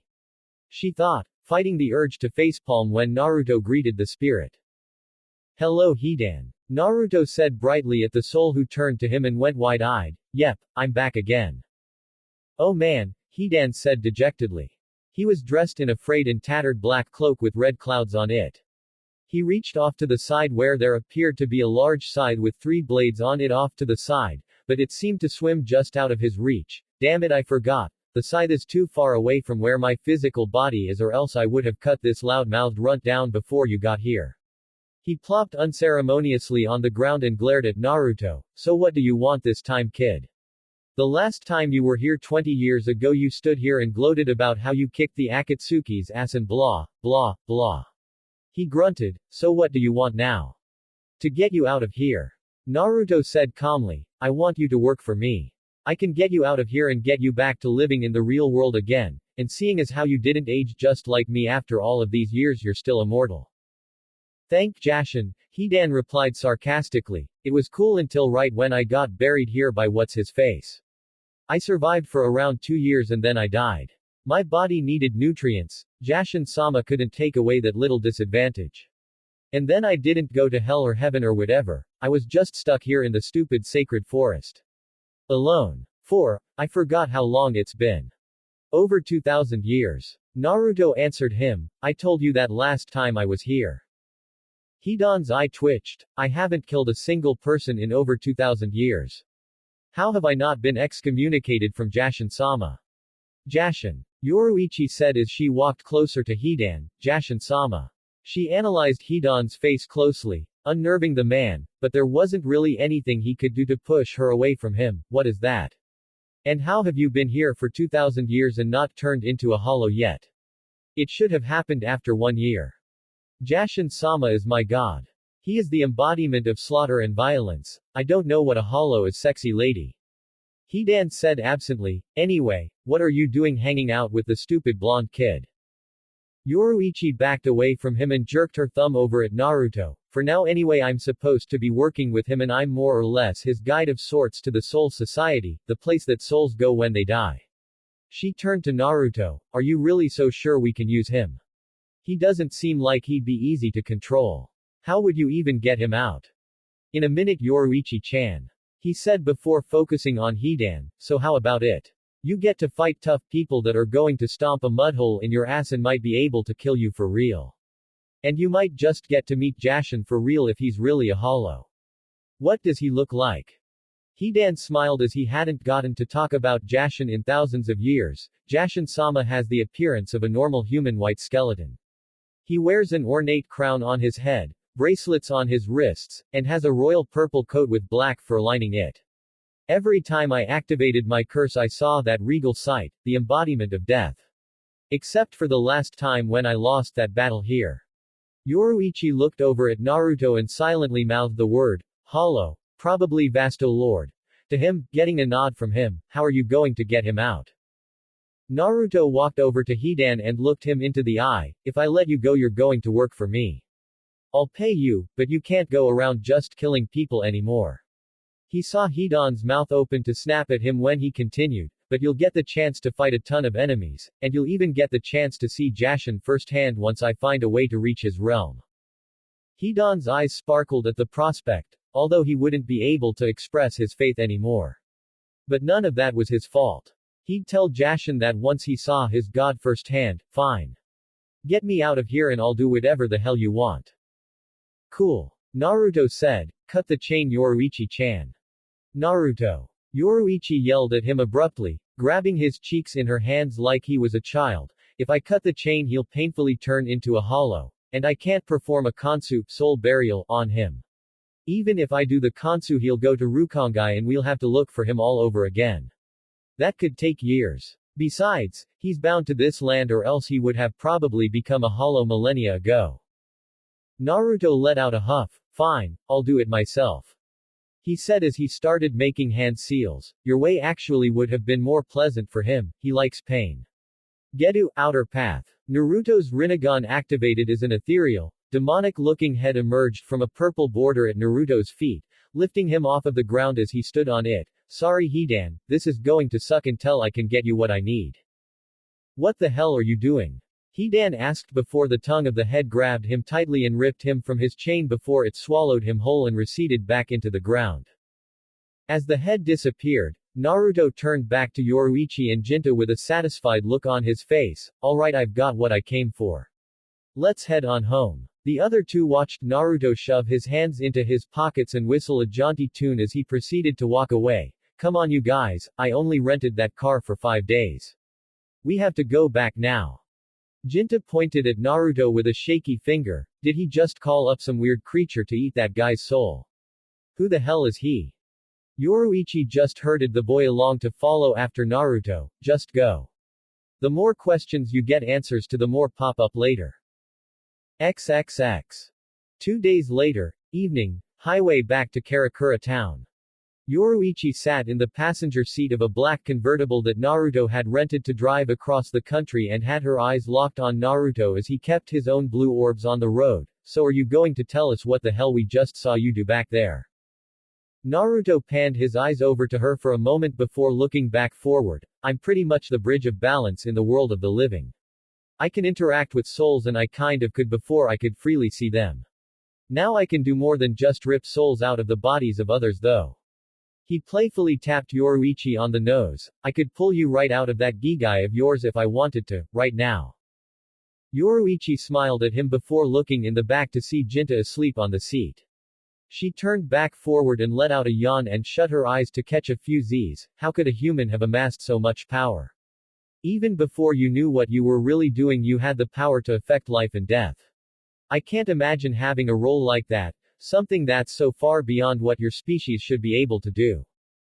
I wasn't really that far ahead of everyone else at first, Naruto said to her quietly in case she was really trying to get to sleep. There were a lot of humans that were really powerful. They were scary strong people. If they were spiritually aware, then I could only imagine the trouble a lot of them could have given the Shinigami and Hollows. He looked over at Yoruichi and gave her a smile. I know that all of this stuff is going to be more trouble than I've had in more than 1,000 years, but meeting people like you guys has really made me think that it'll be worth it. He reached out to her and rubbed her cheek with the back of his hand. I haven't had anyone other than myself to fight for in a long time. Yoruichi grabbed his hand and kissed it. Don't just think that goes one way. I'll fight for you too, Naruto. She noticed him giving her a strange look. What? You act like a pervert and an immature idiot sometimes, but when you're alone or around me you're actually really deep. Do you really trust me that much? Naruto shrugged his shoulders. You're what I would call my first real friend in hundreds of years. Likewise. She replied good-naturedly. When I left the Soul Society, the only friend I was able to keep in contact with was Kazuki. And then after 100 years there was you. You're very good company, Naruto, and you're cute. She lay her head down on the armrest between them, and I keep thinking that you're going to be way more important than anyone will ever know. Naruto took a chance on pissing her off or not and ran his free hand through Yoruichi's hair, getting a surprisingly content sigh from her, prompting him to keep doing it. I'd like to say that you're wrong, but the last time I said that I ended up saving the world, so I'll just agree for now. She mumbled a sleepy reply. Good night, Yoruichi-chan. We'll be back in Karakura town by the time you wake up. XXX. The next morning, Karakura town, Urahara shop. Naruto, Yoruichi, Urahara, and Tessai were all in the training area of the shop with Urahara holding a blank gigai. So what exactly are you going to do? The shopkeeper asked his fellow blonde. Naruto grinned. I'm going to grab someone's soul and I'm going to slam it into that gigai. And that person is then going to work for me, because that's how I recruit. He scratched his chin. I'm going to have to train him to fight hollows and stuff, but hey, it should work, right? Naruto made a set of hand seals. Gedu, outer path. Naruto's summoned demonic head appeared and spat Hidan out. Only his appearance wasn't what Naruto figured it should be. Oh shit. Yoruichi, Urahara, and Tessai looked at the remerged Hidan strangely as a crushing reiatsu settled over them all, freezing them in place for a moment. Eventually the curious hat-wearing men pointed at him. Ah, is he supposed to look like that? Tessai, get a Kido ready, like the strongest Bakudo you've got. Right now. Kind of. But hold up on that for a second. Naruto replied curiously, tilting his head as if a different perspective would make his old enemy appear any different. Did you ingest any blood? I don't see how you could have, you're a soul. Still, what's going on? What? Hidan asked testily as he noticed everyone staring at him strangely. What the fuck are you all looking at? Am I that interesting? He asked rhetorically, getting a resounding yes from everyone around him. Really? How? Well, Naruto said before making a hand seal, maybe it would be better for you to see firsthand. Henj no Jutsu, transformation jutsu. No fucking way. Hidan went wide-eyed at what he saw Naruto transform into. Hidan had the appearance of his face being an actual skull. His slicked-back silver hair still existed on top of his head as he had actual eyeballs and his normal purple-pink eye color. He still had on his beaten-up black robe, but that was because he hadn't changed his size. From what could be seen of his body, his skin was entirely black with white parts of his skeleton in specific areas sticking through. His entire ribcage outline could be seen over his black skin, for instance, along with a hole in the middle of his chest. His left arm also had 3 blade-looking plates jutting from the bottom side of his forearm, and his right arm had a long, thin-looking blade-like plate coming from the knuckle of his middle finger. I look so badass. What is this? Yoruichi stepped back slightly before speaking to Naruto. Are you telling me that you broke his chain of fate when you yanked him inside of that thing? And when he came out he was a hollow. Not only that, but he turned into a damned Vasto Lord. She grabbed Naruto by his collar and pointed at Hidan. How? That doesn't just happen. That takes years. Hidan was still marveling over his new appearance. Is anyone going to tell me what's going on here or what? Man, I look so awesome. Naruto was doing the same, poking at Hidan and seeing if he was real or not. Yeah, someone tell me too, how do hollows even get to being Vasto Lords in the first place? He was then joined by Urahara, who decided to join in on the analyses of Hidan's new hollow form with a notepad. Urahara was scrambling down Hidan's appearance, while he was still tame for the time being anyway. Jillian-class Mainos are made of tons of hollows. Only those that have a particular soul that can assert dominance have the potential to evolve to the next level of Ijukas, then they have to devour an obscene amount of souls to stop from devolving and even possibly evolve further to Vasto Lord. I think it takes another requirement, but I don't really know what that is. Naruto decided to ask Hidan himself. Hidan, I've never had my soul pulled out by the Gedu, so can you tell me what that was like in there? Maybe that would help us understand. Hidan then glared at Naruto. You have so many freaky monsters in there, it's not even funny. I couldn't even count them all. From the moment you shoved me in there to the moment you took me out I was fighting these ugly monsters, all with weird masks. There were some huge ones the size of massive buildings, and then some that looked more like deformed humans. Long story short, I fought through all of them right up until you pulled me out. I didn't even know I had been changing in appearance the entire time. Honestly, it felt like I was one with Jashin-sama again the entire time. It was a blur. A bloody blur. How many did you kill? Yoruichi asked him. If he can't remember much, that means he must have devoured them as well. To evolve in just 2 days he must have killed an obscene amount of hollows, and have already been one of terrifying power in the first place. So many, Hidan replied somewhat wistfully. Man, blonde demon kid was so spot on when he said he'd get me tons of fools to slaughter. I'm definitely working for him now. There were so many left too. It was like an endless flood of them. Naruto blinked blankly. Okay, then the Gedu has tons of souls in it from when Pain used it, or the original Raikudo Sennin, and they were all in there so long that they turned into hollows because time is super distorted in their seeing as how they were all intact. That's my theory and I'm sticking to it. I wish I had known that a long time ago. At least I've never pulled anyone's soul out and kept them in there like I did with Hidan before now. Yoruichi palmed her face. You turned your first recruit into a hollow. He's a mindless killing machine now. Naruto gave her a look with a raised eyebrow. He seems the same to me. He turned to Hidan. How do you feel, Hidan? Like I have a barely restrained bloodlust only held back by the fact that it's really inappropriate right now to kill you. I can feel how strong you guys are. He said seamlessly before shoving Naruto and Urahara off of him. Sick of being prodded at, still doesn't mean I won't do it anyway if you don't back off. Naruto and Urahara caught themselves and steadied their balance before Naruto poked the former Shinigami captain with his elbow. See, he's fine. He was like that all the time back when he was alive too. Hidan nodded in agreement. He would just randomly kill people all the time for his religion. There's a reason for that. Hidan admitted, the only way I really stayed immortal was by killing people like that, and activating my curse.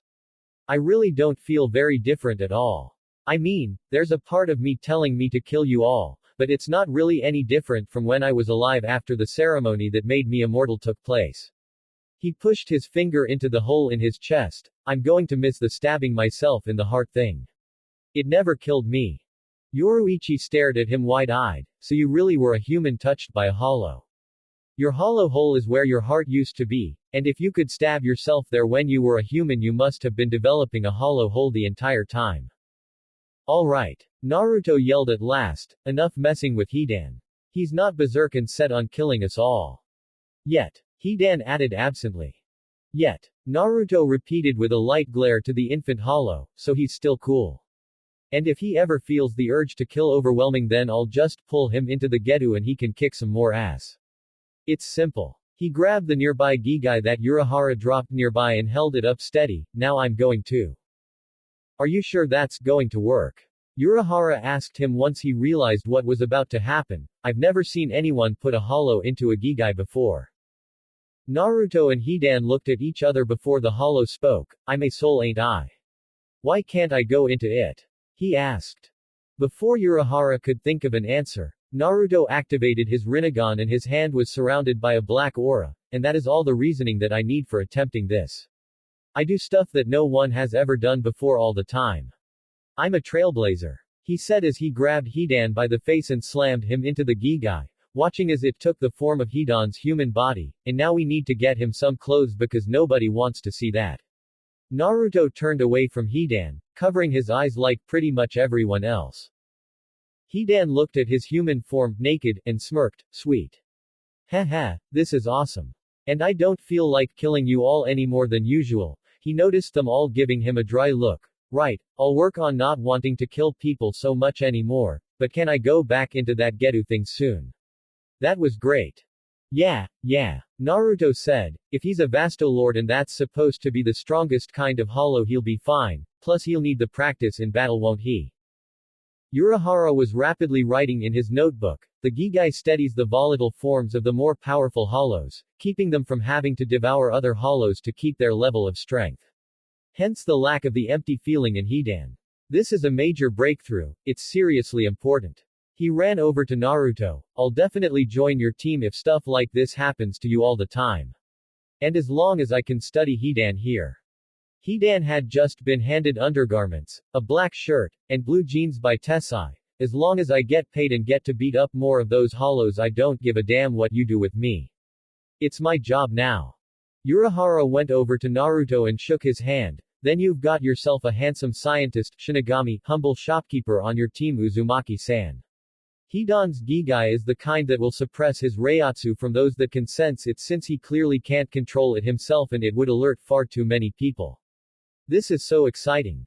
Hidan finished getting dressed and smirked at his human appearance. Alright, I'm human for the first time in 2000 years. I'm hungry as hell. And there's only one thing I want to eat.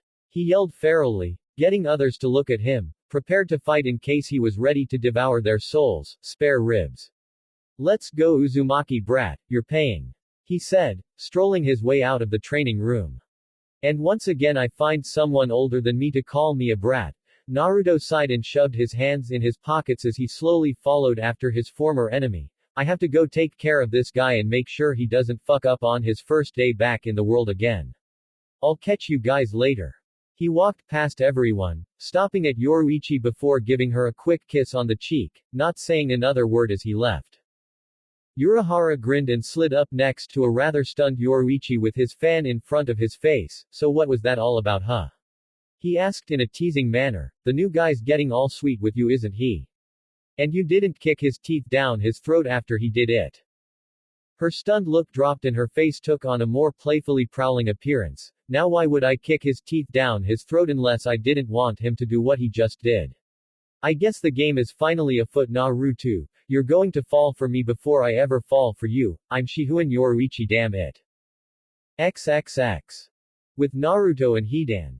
Naruto and Hidan were walking down the street casually with the latter eating a full takeout tray of spare ribs that were keeping him docile enough for Naruto to tell him about the work that was to be done and lay the ground rules of the future. Okay, so you can't just go off and kill anyone or else an entire force of people will come and kill you. There are way less places to hide out when you do that because pretty much the entire world is settled. There are very few open concealed areas to turn into hidey holes and the like. The forest I picked you from is one of the good ones left. So how strong are we? Hidan asked through a mouthful of food. You know, as far as humans go, because it was actually pretty crowded at the top when I got buried. Hidan had found that his Gigai could use chakra, but his reserves were very low when compared to his original body. Naruto quickly answered him, I'm number one by a serious long shot. As far as humans go, with you in that Gigai you should be around number 2 if not number 2 outright because you can actually use chakra, and you're probably going to start making it so that you can use more chakra while in your Gigai. You won't be able to use any ninjutsu in your hollow form though, there's no physical energy for you to manipulate. I already know how I fight as a hollow. Hidan said, continuing to eat as all of the people and traffic in the streets passed them by. Man, the future is noisy. But yeah, it's kind of instinctual, not that much different from how I'd go berserk to get someone's blood when I was alive, plus I have a ranged attack too, you want to see it? He asked, rather excitedly as it was clearly one of an extremely destructive nature. No. Naruto replied in a dry manner, because I know that you would just shoot off a big-ass Sero, hollow flash, and blow 10 blocks of this city to hell. I'm glad you don't know how to get out of that Gigai yet.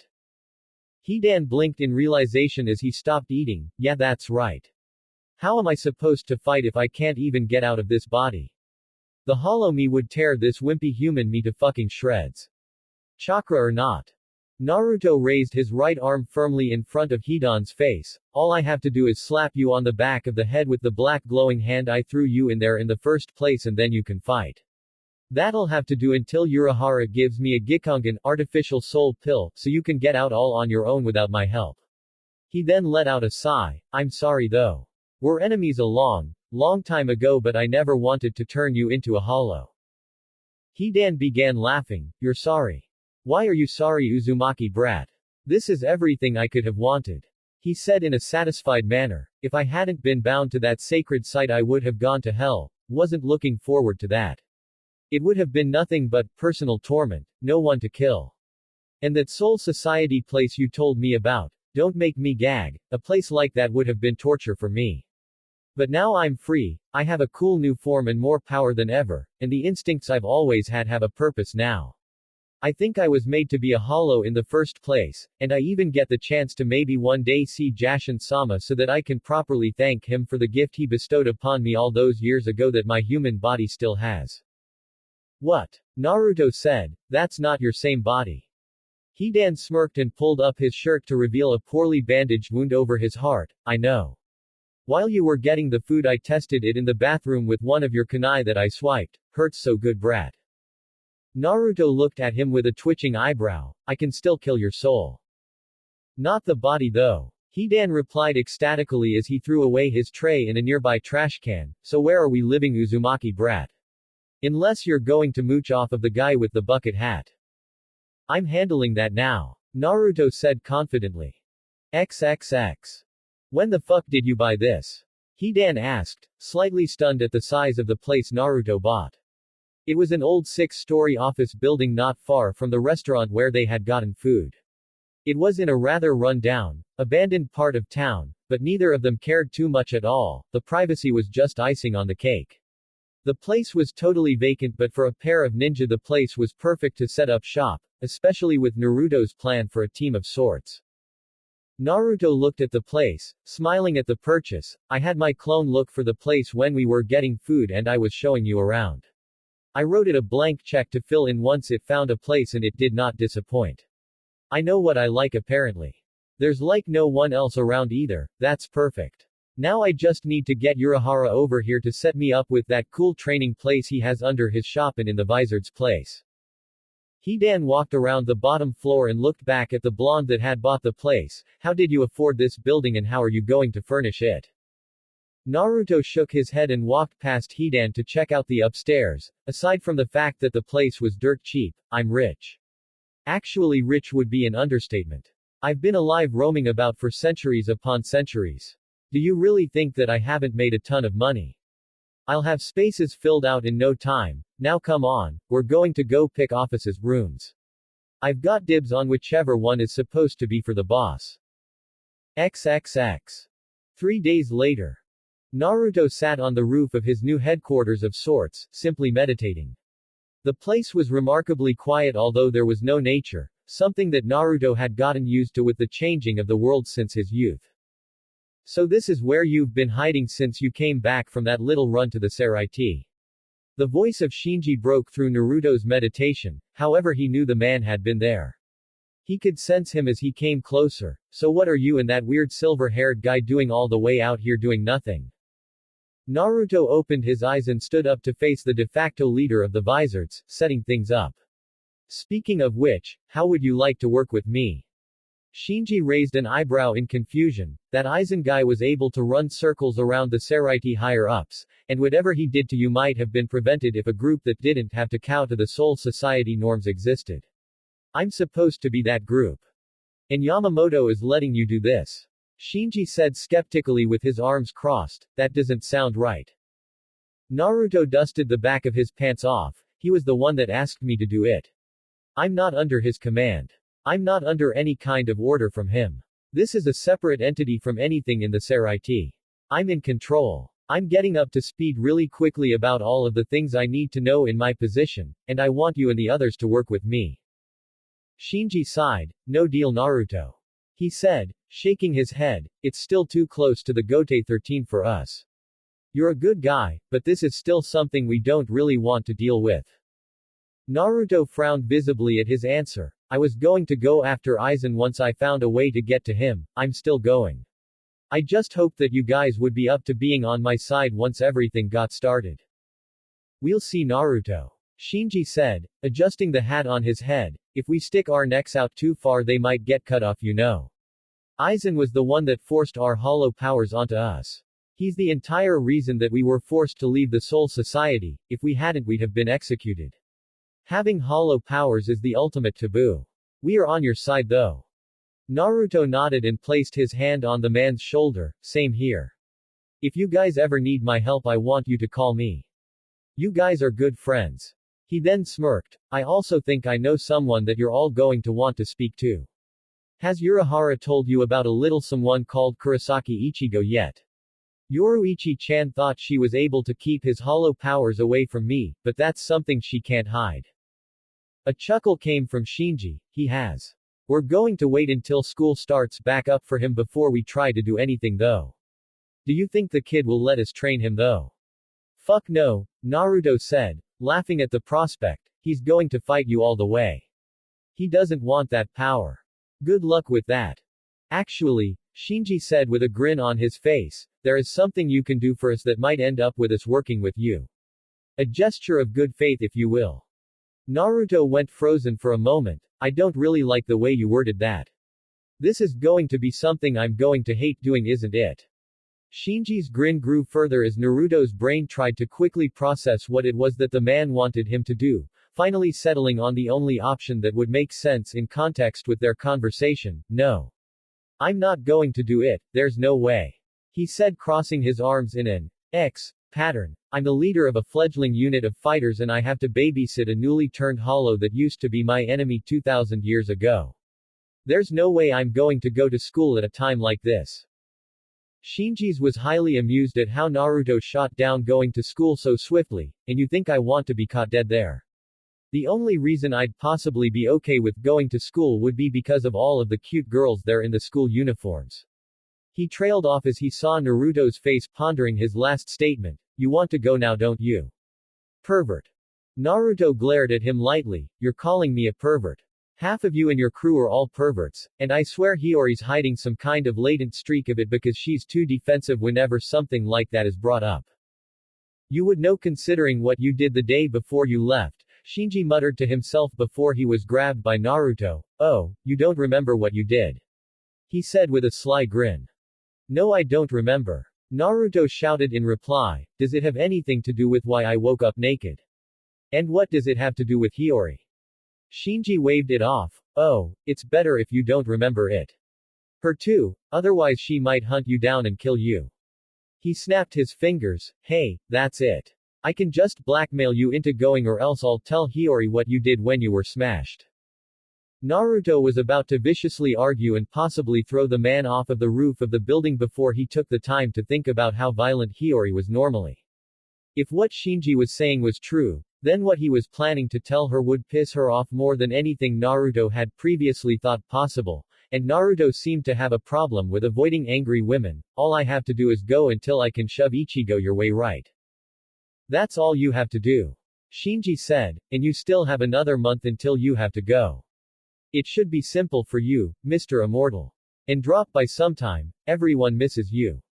Naruto scoffed. Yeah, they miss beating me up. He let a small smile come to his face. Tell them I'll be by soon. I just have to get all of this stuff in order first. I'm building this thing from scratch, you know. Will do. Shinji said as he calmly walked off of the roof into midair away from the building and Naruto. Catch you later, Naruto. XXX. Naruto and Yoruichi, for Urahara, were trying to ascertain exactly what had happened to Hidan inside of Naruto's Gedo.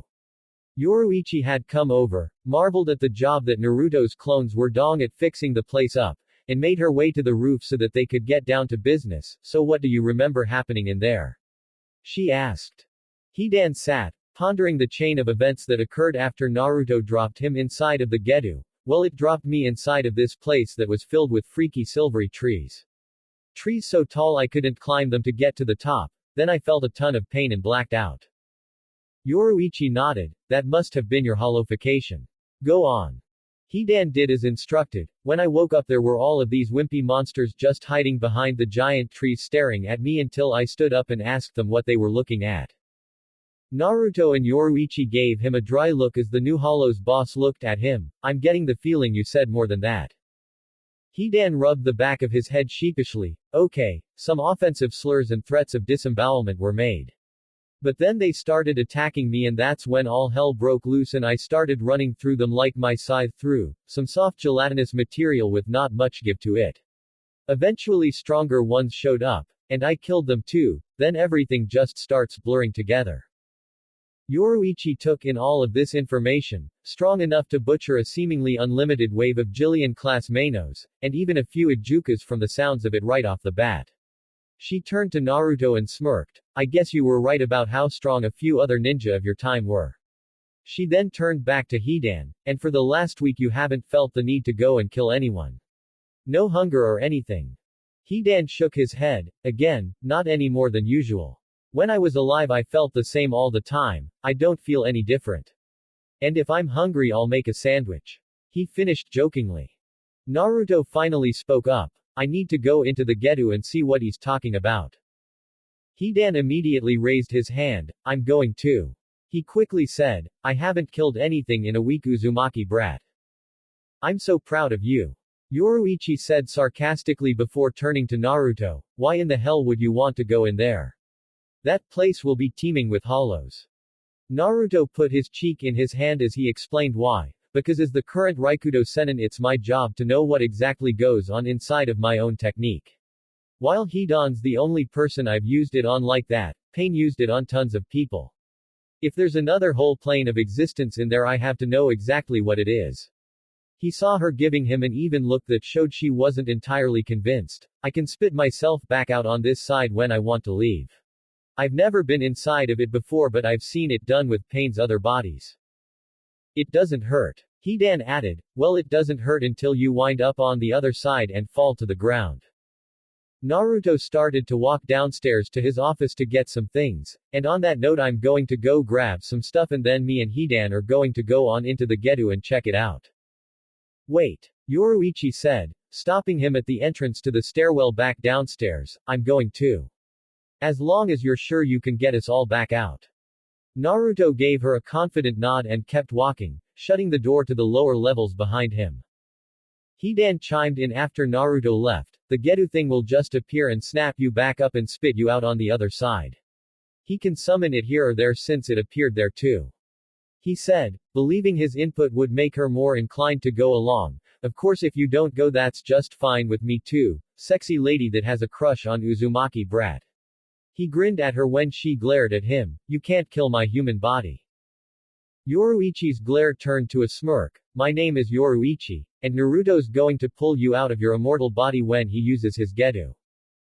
Shit. Hidan said as he trudged past her down the stairs, I keep forgetting, the body is immortal but the soul isn't. XXX. Naruto's office, living quarters. A few minutes later, Yoruichi and Hidan stood in Naruto's room as he stood dressed in the gear he wore to the Saraiti. Alright, are you guys ready to go? He channeled the yin chakra to his hand, turning it black and reached inside of Hidan's body, pulling out his hollow form as his Gigai dropped onto the floor.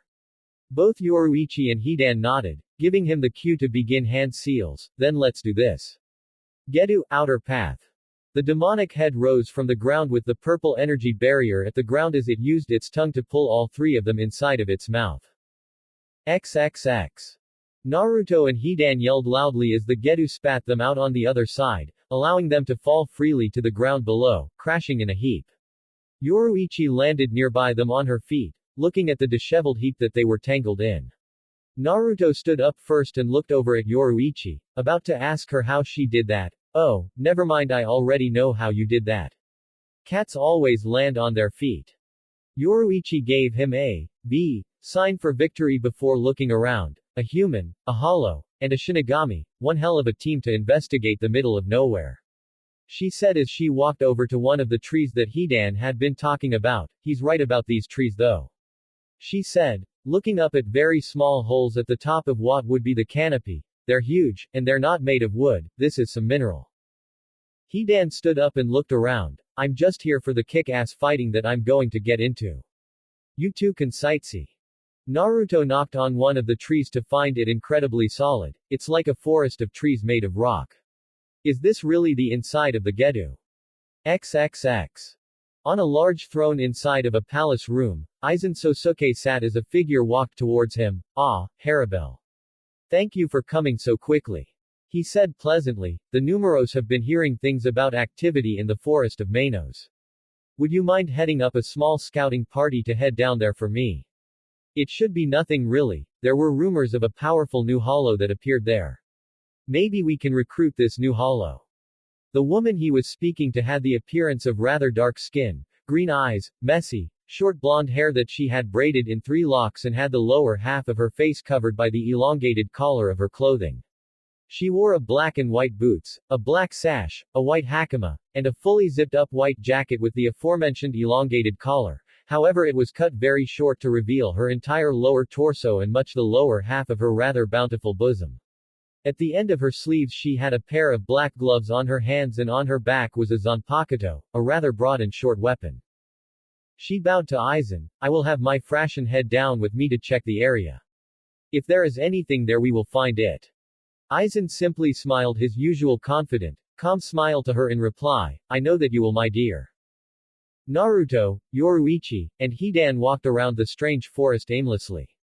Hey, it wasn't like they knew where they were, so how the hell would they know where they were going? Naruto and Yoruichi were being led around by Hidan, the only one who had been there. However, that was a case of the blind leading the blind for the most part. Hidan walked ahead of the other two, pointing out particular places that he could remember fighting at. Oh, and over there is where I cut that huge motherfucker's head off. He went down like a paraplegic ragdoll. It was fucking great, you both should have seen it. He pointed to another spot up ahead. Oh, and that's where Naruto and Yoruichi had tuned him out over an hour ago as they wandered the strange forest. Seriously, I didn't know the Getu was this big on the inside. There really needed to be some kind of tablet or scroll to be passed down to people with Rinnegan so they would know this shit. I've been winging it for the last 2000 years. Way to drop the ball, original Raikudo Sennin. For some reason, the hollows were giving them a very wide berth. Yoruichi expected them to have been attacked several times already. She thought they would have been assaulted right out of the gate by the dumber Jillian-class Mainos that she saw when she fell down through the Getu. I'm amazed we haven't had to fight yet. But are you sure that the Getu isn't a portal to somewhere? I mean, you don't know the origin of these techniques you use, you said that yourself, and you said that only you and 2 other people have ever used them. I'm betting that they didn't exactly share any secrets with you. Nope. Naruto said, confirming Yoruichi's theory. I pretty much had to reverse engineer everything by myself with some help from a tablet. I'm just lucky that I had 2000 years to do it, and that Shinra Tensei was pretty much instinctual and a great base for learning all of the gravity moves after a while. Yoruichi looked around thoughtfully, stopping to get a good take of their surroundings. Naruto stopped and looked thoughtfully at Yoruichi's backside. I can't believe this place though. You can send souls here. The place reeks of the Raryoku of nothing but hollows. Good scenery though, Naruto said, looking at Yoruichi's butt and ignoring most of what she said. Damn good. What's so good about it? Yoruichi said laughingly, it's nothing but trees made of quartz. It's completely bleak scenery, totally depressing. Hidan yelled back at them from rather far ahead, hey, what the fuck are you 2 doing that far back there? Get your lazy asses in gear and get moving already. I don't have all of eternity, you know. Yes you do. Naruto yelled back, averting his attention from Yoruichi's rear. I do too. The only person here with any kind of time concerns here is Yoruichi-chan, and she doesn't care too much. Just wait, you impatient idiot. Naruto found his hand grabbed firmly by Yoruichi and dragged forward roughly. Damn, grip woman. Yoruichi shook her head. Let's go, Naruto. You can annoy your pet hollow later and try to kill each other when we get out of here. Right now I want to know what this place is all about. She kept looking around and seeing the outlines of so many weaker hollows and even Jillians in the distance. So many hollows, I can't believe that this many exist anywhere outside of Hueco Mundo. Her eyes then widened as she turned and looked at Naruto, whose hand she still had a hold of. Did he just? No, there's no way that it could be that easy for him. She noticed Naruto's mouth move but didn't really hear what he said. Huh. I said you've got soft hands, Yoruichi-chan. Naruto said offhandedly with a smile on his face as they caught up to Hidan. Despite the fact that this place might end up being a death trap, this is actually kind of nice. You and me bonding like this. Hidan scoffed as the skull-faced hollow continued leading them along. And yeah, because it's not like I'm here or anything, right? I'm pretty much ignoring you until you do something useful in exchange for focusing on Yoruichi-chan. Naruto told his fellow shinobi point blank, if it were just you and me we'd be doing some male bonding by way of kicking some hostile hollow ass, but with the lovely female Shinigami here my plans have changed. Hidan whined like a child. Fuck, well can I go off and look for something cool to do if all you're going to do with the chick is try to get with her out here? He didn't even wait for an answer. I don't really give a flying fuck about your answer either way. I came here to kill some monsters and I'm going to kill some monsters, so later. He said before running off elsewhere, prompting the hollows in the distance to step forward and confront him. Naruto yelled after his hollow comrade, hey Hidan, get back here. He yelled as he saw Hidan's bladed arm and hand cut through the offending enemy hollows effortlessly. Damn it, that's the last time I'm bringing you in here for a long time. Naruto was about to chase after to go get him when he felt Yoruichi keep a firm hold on him to keep him from leaving. Turning to look at her, he saw her shaking her head. Don't worry about going after him. She said calmly. He stayed in here on his own for 2 days last time. This time won't be for nearly as long, and it's not like we won't be able to find him later. Just follow the sounds of battle. An explosion rang out in the distance where Hidan went off too, like that. Naruto's eye twitched. He'd better not die, after all the trouble of dragging him out of that cursed spot he was in. Yoruichi shook her head and motioned for Naruto to follow her. Come on. I have a hunch about this place that I need to have confirmed or not. And I want to hear the story I've heard you two talking about. The one where you apparently saved the world. She said with a smile. You big hero. Naruto smiled wryly and spoke with a tone that for him was rather reserved. Trust me Yoruichi-chan, I say all of that stuff about a hero's complex but there's a good reason for that. Because when it really mattered and the world needed me I wasn't a hero. He shook his head as his face fell. My side lost in the end. Yoruichi blinked as she let go of his hand and he kept walking forward. But you're still here, and you said. I never lied. He said, stopping in his tracks. I'm the strongest mortal man period. There's no one left alive from my era. Not even any remnants of the shinobi system I grew up with. And why do you think that is? Because we were beaten. He looked around before motioning to her to take a seat on the ground by one of the trees as he made a few kage bunshin to watch the surrounding area for them. I'm going to tell you a story of what happened during the greatest war of my time and how it ended. Yoruichi moved close to him and sat right beside him against a tree. A war. You've never told me about this. I've never told anyone about it since people stopped talking and forgot about it. Naruto admitted, looking up in the air. 2,000 years is a long time to be telling the same old story that history books can't prove or don't even cover. It basically goes like this. A madman wanted control of the world and conspired to capture the 9 most powerful creatures in existence, one of which had been contained inside of me. Well, he wound up capturing me because of my own weakness and stupidity and he got them all, and I died. You died. She couldn't believe that he had been killed at some point in time. He was still there, wasn't he? His body wasn't a Gigai. Did they even have Gigai in the Soul Society 2,000 years ago? She felt like a little girl listening to an old man as all she wanted him to do was keep talking. But how are you here? How did?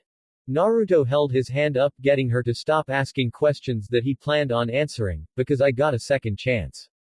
Someone didn't take my death lying down and she had the ability to fix it. He frowned deeply thinking about it, and I don't think I ever fully forgave myself for letting it happen. Flashback. Over 2,000 years ago.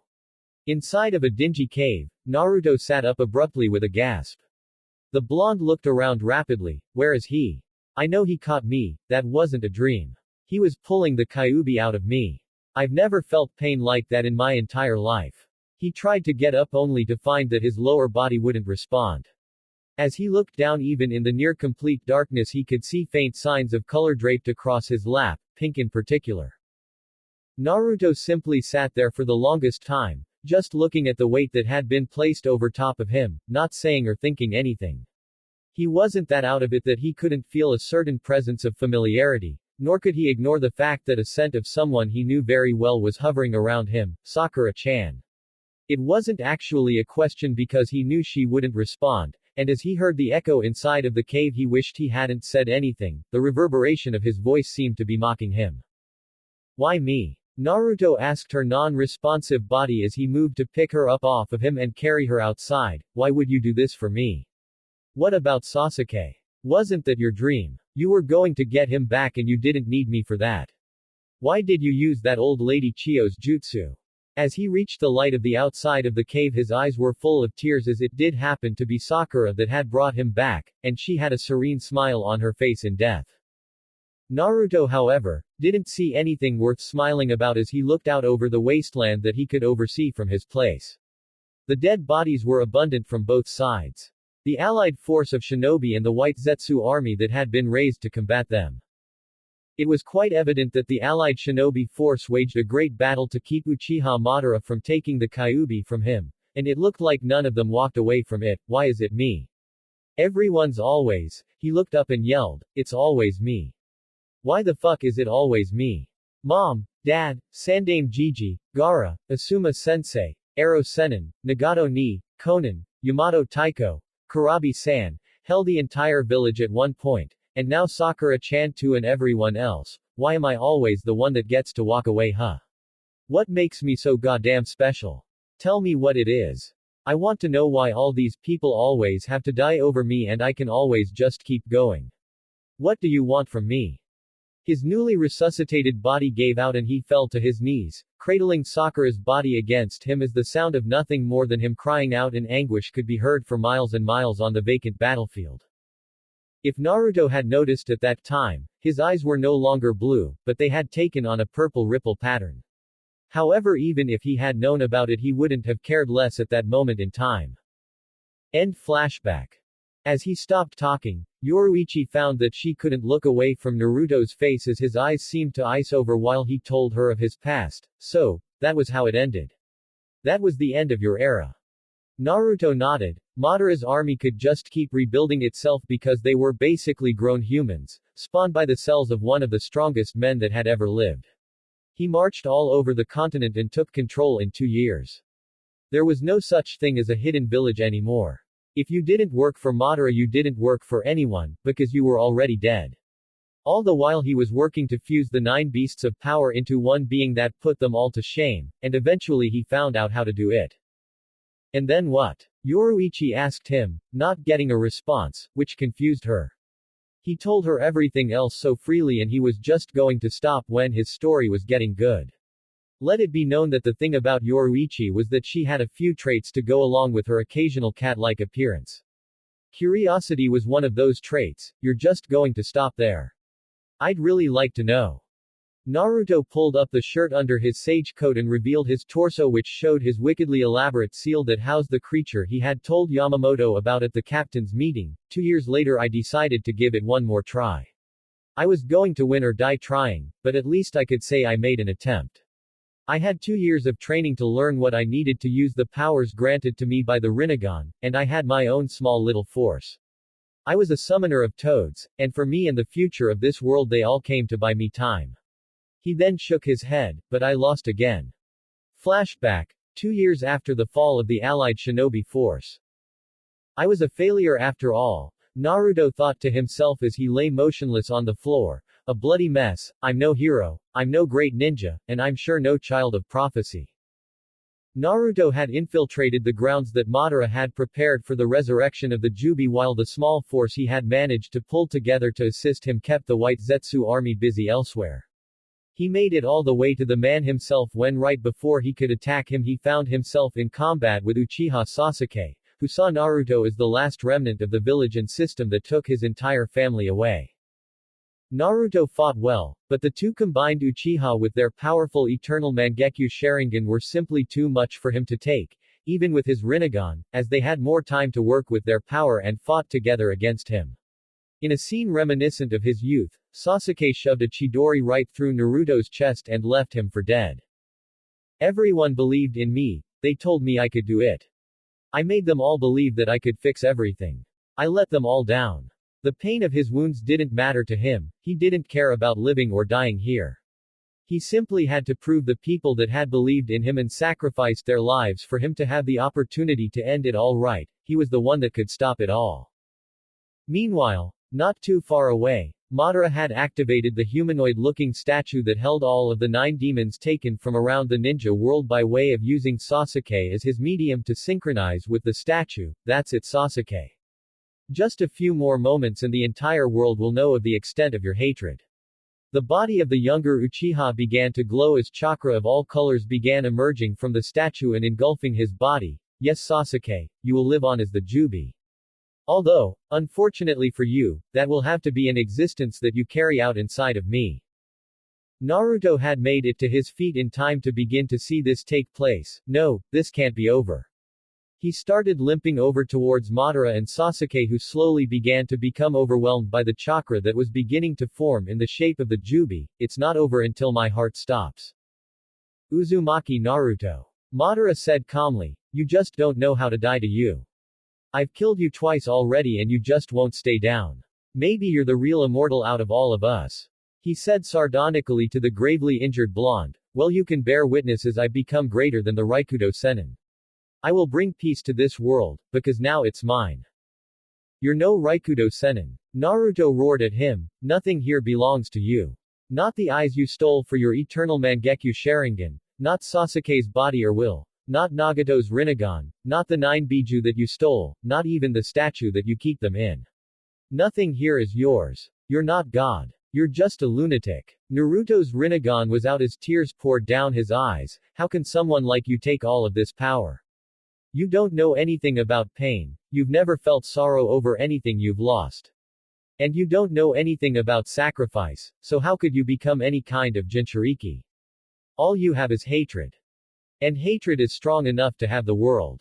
Madara said as the Jubi form began bubbling and trying to form corporeal mass, the world can be controlled by hatred, it can bring peace.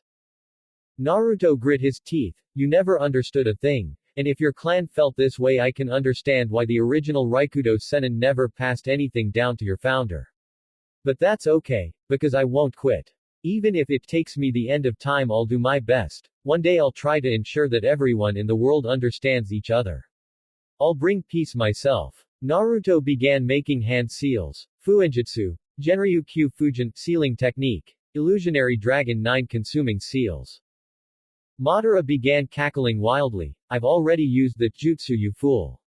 How do you think all of this is already happening?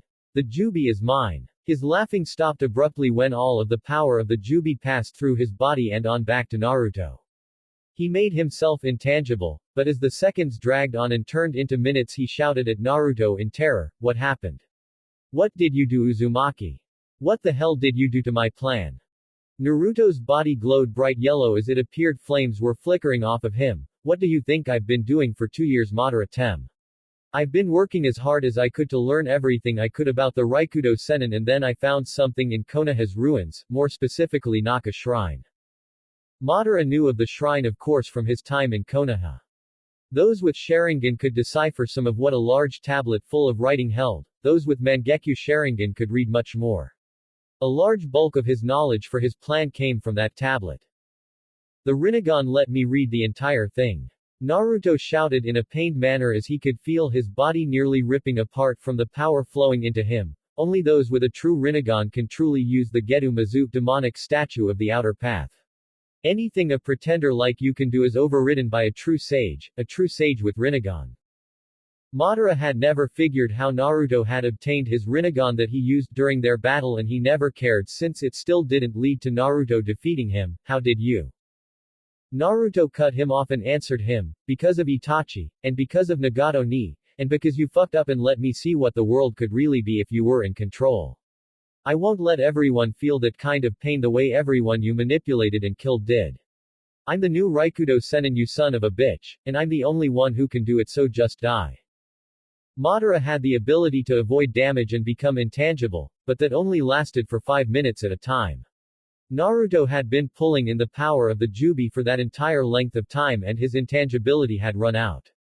There were still days of this that needed to happen before it was complete, and anyone in the vicinity was simply out of luck, as Madara figured out when his body began to turn to ash. No.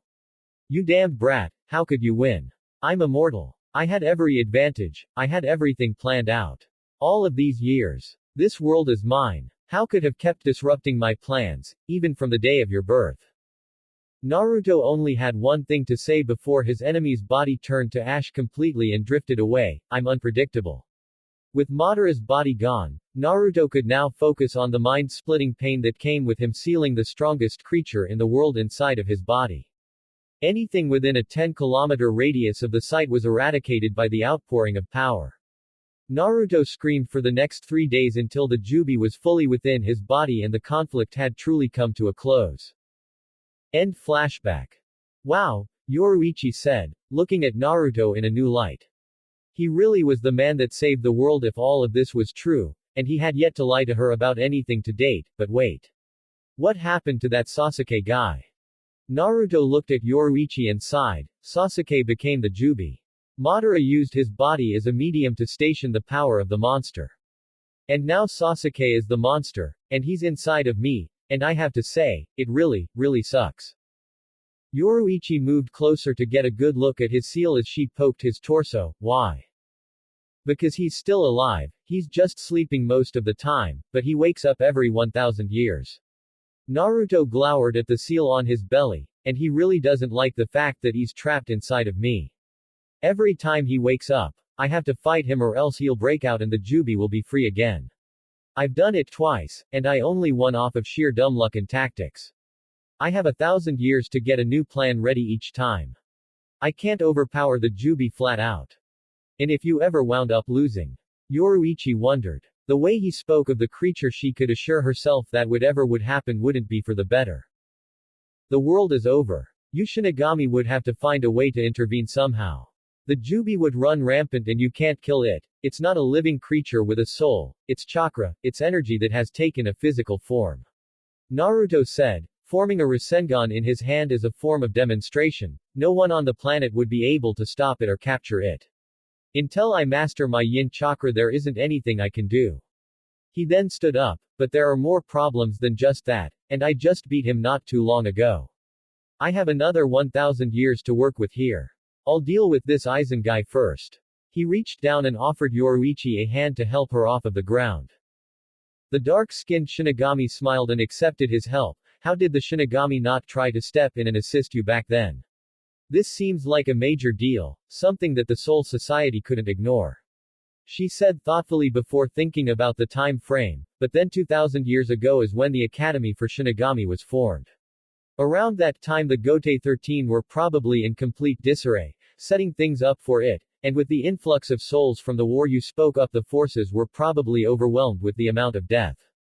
Hollows probably ran rampant at that time too.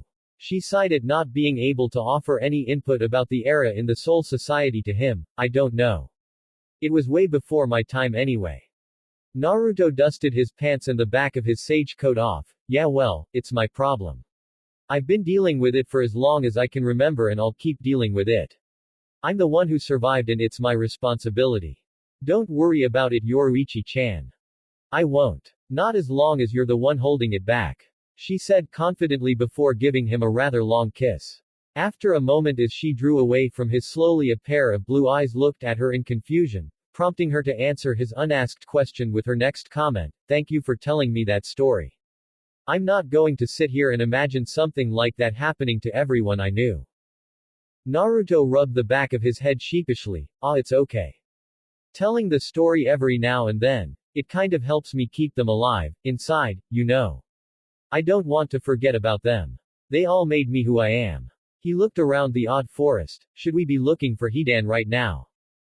Shaking her head, Yoruichi continued walking and exploring the forest. Nah, if I'm right about this place then he's probably having the time of his life in here. XXX. With Hidan. I'm having the best time ever. Hidan shouted as he cut his way through another trio of lowly hollows that tried to attack him. It's like these dumb fucks don't get the point yet, the only chance they have is to run away from me. He turned around to see a group of hollows doing just that. Now these are the smart one. Too fucking bad for you those suckers. Sero, hollow flash. Hidan opened his mouth and fired off a red blast of energy that hit the weak hollows in the distance and eradicated them. As the remains of the hollows vanished from his sight, Hidan sighed deeply in relief of sorts. I love the sounds of slaughter in the morning. His skull-like visage blinked as he scratched his silver hair. Is it even morning? Bah, I don't care, I love the sounds of slaughter anytime. He said before cackling to himself. Come on, who's next? Anyone. Uzumaki brat and the sexy lady with him aren't coming back anytime soon. I've got all the time in the world to keep ripping you fools apart. What is a Vasto Lord doing down here? Hidan whipped his head around as his eyes shone in glee. A trio of generic Ijukas-class hollows that were larger than him stood in front of him, flanked by a dozen Jillian-class Manos, killing the whole fucking lot of you. What does it look like I'm doing? Hidan said without much fear. One of the hollows, probably the leader of the lot of them, stepped forward. A Vasto Lord shouldn't be down in the forest of Manos. Someone like you should be above the surface with the other powerful hollows, and why aren't you an Arrancar like all of the other most powerful hollows up above in Hueco Mundo? Hidan sighed. Why did his prey always have to try and prolong their lives by telling him things that might have been useful, but at the moment he couldn't have cared any less about. Look, I don't give damn about where I am, and I don't have a fucking clue about what Hueco Mundo is. All I know is that I see idiots that need to be slaughtered. Don't be foolish. Another of the Ijukas said to Hidan, there's no reason for you to want to kill us, you're stronger than us. We would never want to attack someone like you. He was cut off when in the blink of an eye Hidan cut his head in half, immediately killing the hollow. Hidan licked the blood from the blades on the back of his wrist and grinned in an evil fashion. He started walking towards the group of hollows that started stepping back away from him. I don't care whether you want to fight me or not. Do you really think that the prey has a choice of when the predator chooses to come after them? No, of course not. Prey doesn't get to choose when they have fight for their lives. All you can do is be ready. Those that are, you will live. Those of you that aren't, you'll simply die just like everyone else. Weak fools like you don't get to fucking tell me you're not going to fight, because I don't need any of you to fight, I just need you to die. The left blade extending from Hidan's fist penetrated the chest of a second Ijukas as he used his scythe-bladed right arm to cleave his head off. Uzumaki brat said I can't kill humans otherwise he would stop me himself and I know that he could, but for the rest of you I wasn't given any kind of instruction. Now let me savor your suffering and despair. He said as he attacked the massive Jillian in the background. XXX. Not too far away a trio of women looked over Hidan's systematic decimation of the hollows unfortunate enough to come near him. One of the women watched Hidan's attack, shaking her head at his barbaric combat style. Look at that lunatic. She had two different colored eyes, one blue while the other was amber with a red outline. She had black jaw-length hair and a strange narrow white piece atop her head with a horn in the middle. She wore a white hakama, a white jacket with shoulder-length sleeves and a neck, as well as white gloves on her hands. She had thick cuffs around her wrists and at the end of her jacket sleeves. If we go down there right now he'll probably try to kill us too. You're not scared are you Apache? One of the other two women said laughingly. She was dark-skinned and had long, thick, wavy brown hair and green eyes. On the top of her head sat a three-section crown and around her neck was a thick necklace. She wore a white skirt and white corset top that showed a hollow hole above her navel and had white bands around her wrists and biceps. You afraid that guy'll tear you apart if you go down there? Like hell I am. The first woman, identified as Apache, snapped at her comrade. This guy can't beat us like this. We're Arrancar, he's still just a normal hollow. You know we can beat him Mila Rose. The third woman had lavender eyes, long olive green hair, and 3 pink dots below her right eye. She wore a single white dress that was very long and had sleeves that went well past her arms and in her hair seemed to be a 3-piece hair clip. The way you two argue it makes you seem like you both of you are afraid of him. She said, it makes you both seem very weak. It is understandable though, his Reiatsu is very high. Shut up Sung-sun. Both of the other girls yelled at her as Apache tried to verbally lay into her. If you're so much better than us I want to see you go down there. Can't you feel that? He's a Vasto Lord like Harribel-sama was before she became an Arrancar. Sung-sun moved her sleeved arm in front of her mouth as she laughed at Apache, and that sounds like a wonderful idea. She said sarcastically, because fighting a Vasto Lord anytime for any reason is a great idea. I think I'll stay up here thank you very much. That sounds like a good idea. A masculine voice said from behind her, causing her to turn and jump away, prepared to fight alongside her allies. Hidan stood with his arms crossed as he looked at them amusedly, so you've all got a little bite to you, and you're all better to look at than the hollows have been taking out thus far. I like that. Hidan's body was covered in the blood of hollows he had killed thus far. Apache pointed at him, how did you even find us? I fucking know when people are watching me. Hidan said sardonically, it's not like I'm unfamiliar with people trying to kill me. It's just that I have to start paying attention now because it can actually happen. Now then. He brandished his scythe-like blades on the side of his right wrist. Who's first, or are we supposed to do this all at once? Wait. Sung-sun said, preventing Hidan from immediately attacking them, do you want to be stronger? Nope. Hidan said dismissively, I don't really care. As long as I can kill, and Uzumaki has made sure that I can, I'm okay. Jashin-sama will be pleased. Speaking of which, he was about to lunge to attack again when Mila Rose spoke distastefully. Jashin-sama. Ah, she said, as if she had something disgusting in her mouth, you call him that. I swear, that arrogant jerk has enough names already, the God King of Hueco Mundo. That stopped Hidan in his tracks. Wait, are you seriously telling me that you all know of Jashin-sama? Baragan is his actual name. Sung-sun said as she started thinking rapidly, he seems hesitant to kill us now that he knows we are aware of Baragan. Maybe if we work this right we can get Aizen-sama a new ally. This is why we came down here anyway, to find the hollow that the numeros had heard rumors on. She took a chance and moved towards Hidan. If you would like, we could introduce you to him possibly, and someone else that would like to meet you. Hidan looked at Sung Sun and the two other women. Uzumaki doesn't need me. He can always pull me back out of here whenever he needs me like he did the last time. Who knows how long he plans on staying here anyway. Hidan smirked at the three women. Lead the way. And tell me about this place while you're at it, and more about hollows. I'm rather new at all of this. XXX. With Naruto and Yoruichi.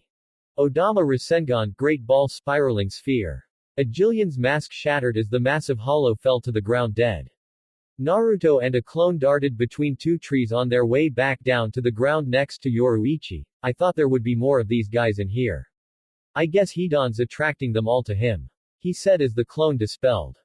You keep such a useful psychopath with you. Yoruichi said to the blonde who was shaking out the arm he used to smash the Jillian's mask with the Odama Rasengan. I think I actually do know where we are. Are you aware of the layout of the planes? Naruto shook his head. The human world and the soul society are separated by Hueco Mundo, although only hollows can really access or leave this dimension, until you of course. Naruto looked over at her in surprise. So you're saying that this is the place you told me the Aizen guy went to? A smirk couldn't help but reach his face as he started laughing. I think I've seen all I need to. From here I can start exploring the place and coming up with ways to get the drop on him. If all he has are those three guys he left the Saraiti with, I can organize a strike pretty quickly once this gets to Yamamoto Jiji. I don't have my team yet. Yoruichi shook her head. I know what he'll do, and a full strike won't be it. Hueco Mundo is where all hollows live. That's very dangerous for a full strike here and now. Just Aizen, Ichimaru, and Tusen wouldn't be enough for any kind of plan that they have. Speaking of dangerous, Naruto said to himself and Yoruichi before he shut his eyes and pointed in a certain direction, you can come out now. I can sense you there, you're too strong to just hide from me. A low booming noise preceded a person appearing 50 feet away from Naruto and his beautiful Shinigami partner. Sai I swear to Kami, it's like my eternal curse or something, not that I'm complaining. He said once he got a good look at the person that stood before them. A blonde woman with dark skin, but with a lighter tone than Yoruichi, that had most of her face covered up by her outfit that didn't leave much else to Naruto's imagination, stood in front of them. You can sense my Reiatsu, and yours is quite impressive as well. Both of you, even though the female is better than you at hiding her own. I had to trail you all the way here. Yoruichi crossed her arms over her chest as she looked at the strange woman who seemed to be radiating power that seemed to be that of a hollow. Who are you and what are you? Nothing we've come across so far has been passive towards us and I'm not expecting you to be either. It's okay Yoruichi-chan. Naruto said, putting a hand on one of her arms. I can't feel any ill intent from her, at least at the moment. He then focused on the new arrival. I am Uzumaki Naruto. I don't think you've been looking for me just to observe us. I am Tia Harribel. The mysterious woman said, and I actually have been looking for you just to observe you. My mission was to come here and find the cause of the trouble in the forest of Manos from a few days ago. I believe that the new Vasto Lord myself and my associates found not too long ago killing hordes of hollows was the source, but then I felt you. She began to walk forward and came to a stop when Naruto deposited a kunai into his hand from the sleeve of his sage coat and Yoruichi fell into a ready stance. I am not here to fight you. Naruto put his kunai up and Yoruichi got out of her stance as she began to scrutinize her words. Your mission. And who sent you on this mission of yours? Aizen-sama. Harribel said plainly as there was no need to hide it, and to answer your earlier question I am an Arrancar, a hollow that has removed their mask to obtain powers reminiscent of Shinigami. Naruto looked at her, tilting his head as if it would give him a better perspective. I didn't know hollows got this good looking. It's like I learn something new every day. Yoruichi rolled her eyes and felt like smacking Naruto one for being stupid. Would you stop ogling the agent of Aizen please? This is serious. Why? Naruto asked, still getting his eye full of Harribel. She doesn't want to fight, I don't want to fight. Fighting right now wouldn't do anything for anyone, and since we're not fighting I can admire this thing of beauty. Unless you're jealous, he finished with a grin to Yoruichi. As if. Yoruichi replied rather heatedly, bumping Naruto with her hip, you wouldn't even know what to do with all of this. She ignored Naruto's double take at her to keep speaking to Harribel, so you've found us. What do you plan to do now? Harribel's impassive eyes panned between Yoruichi and Naruto, nothing. As long as you don't do anything foolish like attack me, I won't do anything. I wasn't ordered to fight. Although I would appreciate it if Uzumaki stopped staring at me. Hold on. Naruto said, keeping up his gawking for a few seconds longer before averting his eyes back up to Harribel's obscured face. Okay, I'm good now. He then became extremely businesslike. Now what are we going to do? I don't want to fight, but you work for Aizen. I can't just let you go. I can't let him tear apart entire dimensions so he can become some twisted version of a god, so if you're important to whatever he's planning. Harribel shook her head. I do not wish to fight you either, but you're clearly opposing Aizen-sama, and you. She said, looking at Yoruichi, I know you Shihuan Yoruichi. My power has been gifted to me by Aizen-sama, he gave me the strength to protect those close to me through sacrifice. I won't allow you to harm them or Aizen-sama's plans. Naruto walked forward, I don't care about hurting you unless you attack innocents and then it's my problem. I don't care if you're a hollow or an Arrancar or whatever, and I don't care if you work for Aizen. I'm going to stop him. And if I were you I'd take a look at what's going on around you. Where did you learn about sacrifice from? Harribel grabbed a hold of the sword she had on her person and looked as if she were ready to fight. Aizen-sama. Why does it matter to you? Because having someone explain sacrifice is not the best way to learn about it, dear, trust me. Naruto said as he continued to walk ever closer, not minding that Harribel had a hold of her sword. You don't get it until someone actually sacrifices something for you or you sacrifice something for someone else. And I'm pretty sure Aizen told you that so you would sacrifice yourself for him in the future. He was then forced to jump back to avoid a slash that was directed at him. Harribel had her Zanpakuto out after her attempt to suddenly cut Naruto down and had her eyes narrowed at him. Her weapon was not particularly long, however it was rather wide and was hollow in the middle almost like a hacksaw. If that is what it comes to, then I'll do what I must. Yoruichi stared at Harribel after her attack attempt on Naruto. Could she be? Is she under Kyoka Suigetsu's hypnosis as well? She has to be to some extent. Someone this strong accepting sacrificing her own life for someone so easily. Do you even know what you're willing to sacrifice yourself for? Naruto asked incredulously. You have a choice, and choosing to sacrifice yourself for Aizen's goals doesn't seem smart. He's using you. You're expendable to him. She slashed at him again, but this time he drew his kunai from his sleeve and blocked her attack. And what would you know about sacrifice? Harribel asked him before he threw her back and began to laugh. As she saw him retract his kunai into his sleeve, what's so funny? What you just said. Naruto choked out through his laughter. He carried on for a few more seconds before calming down. The first bulk of my life was nothing but sacrifice. People sacrificing themselves for me, my own safety and wishes sacrificed for others and for the future, and even now. Do you think I want to be here? No, I don't, not really. But I'm here anyway to keep Aizen from destroying the balance of the world. Don't tell me I don't know of sacrifice, I could tell you at least 100 stories. He said, locking eyes with Harribel, momentarily triggering his Rinnegan before his normal eye color came back and the two stared each other down. Yoruichi looked away from the tense conversation that the two were having and alerted Naruto to something. Naruto, Hidan's Reiatsu is getting weaker. Either he's in trouble or he's getting too far away. Naruto broke off his optical duel with Harribel and growled, damn it, let's go find him before he gets too far. I don't want to have to look all over some hostile plane of existence for him. He turned back to Harribel and pointed at her. I want you to at least think about what I've said. If you really want to know what that word of yours means and entails, I'd be glad to tell you anytime. I'm not that hard to find. The next time we meet Uzumaki Naruto, Harribel said, putting her sword up, chances are, we will be enemies in earnest. There won't be any time to talk. Naruto scoffed and began walking away with Yoruichi. Okay, lead the way Yoruichi-chan. I can only really sense Raryoku and stuff in general. I can't pinpoint it like you and other Shinigami can yet, at least not outside of Sage mode. Yoruichi began leading the path that she could feel Hidan in. Are you sure it's okay to just leave her like that? She's among the enemy. Naruto shook his head to dispute Yoruichi's remark. She's being used. And I fight on my own terms, not just because it seems like the right thing to do at the moment.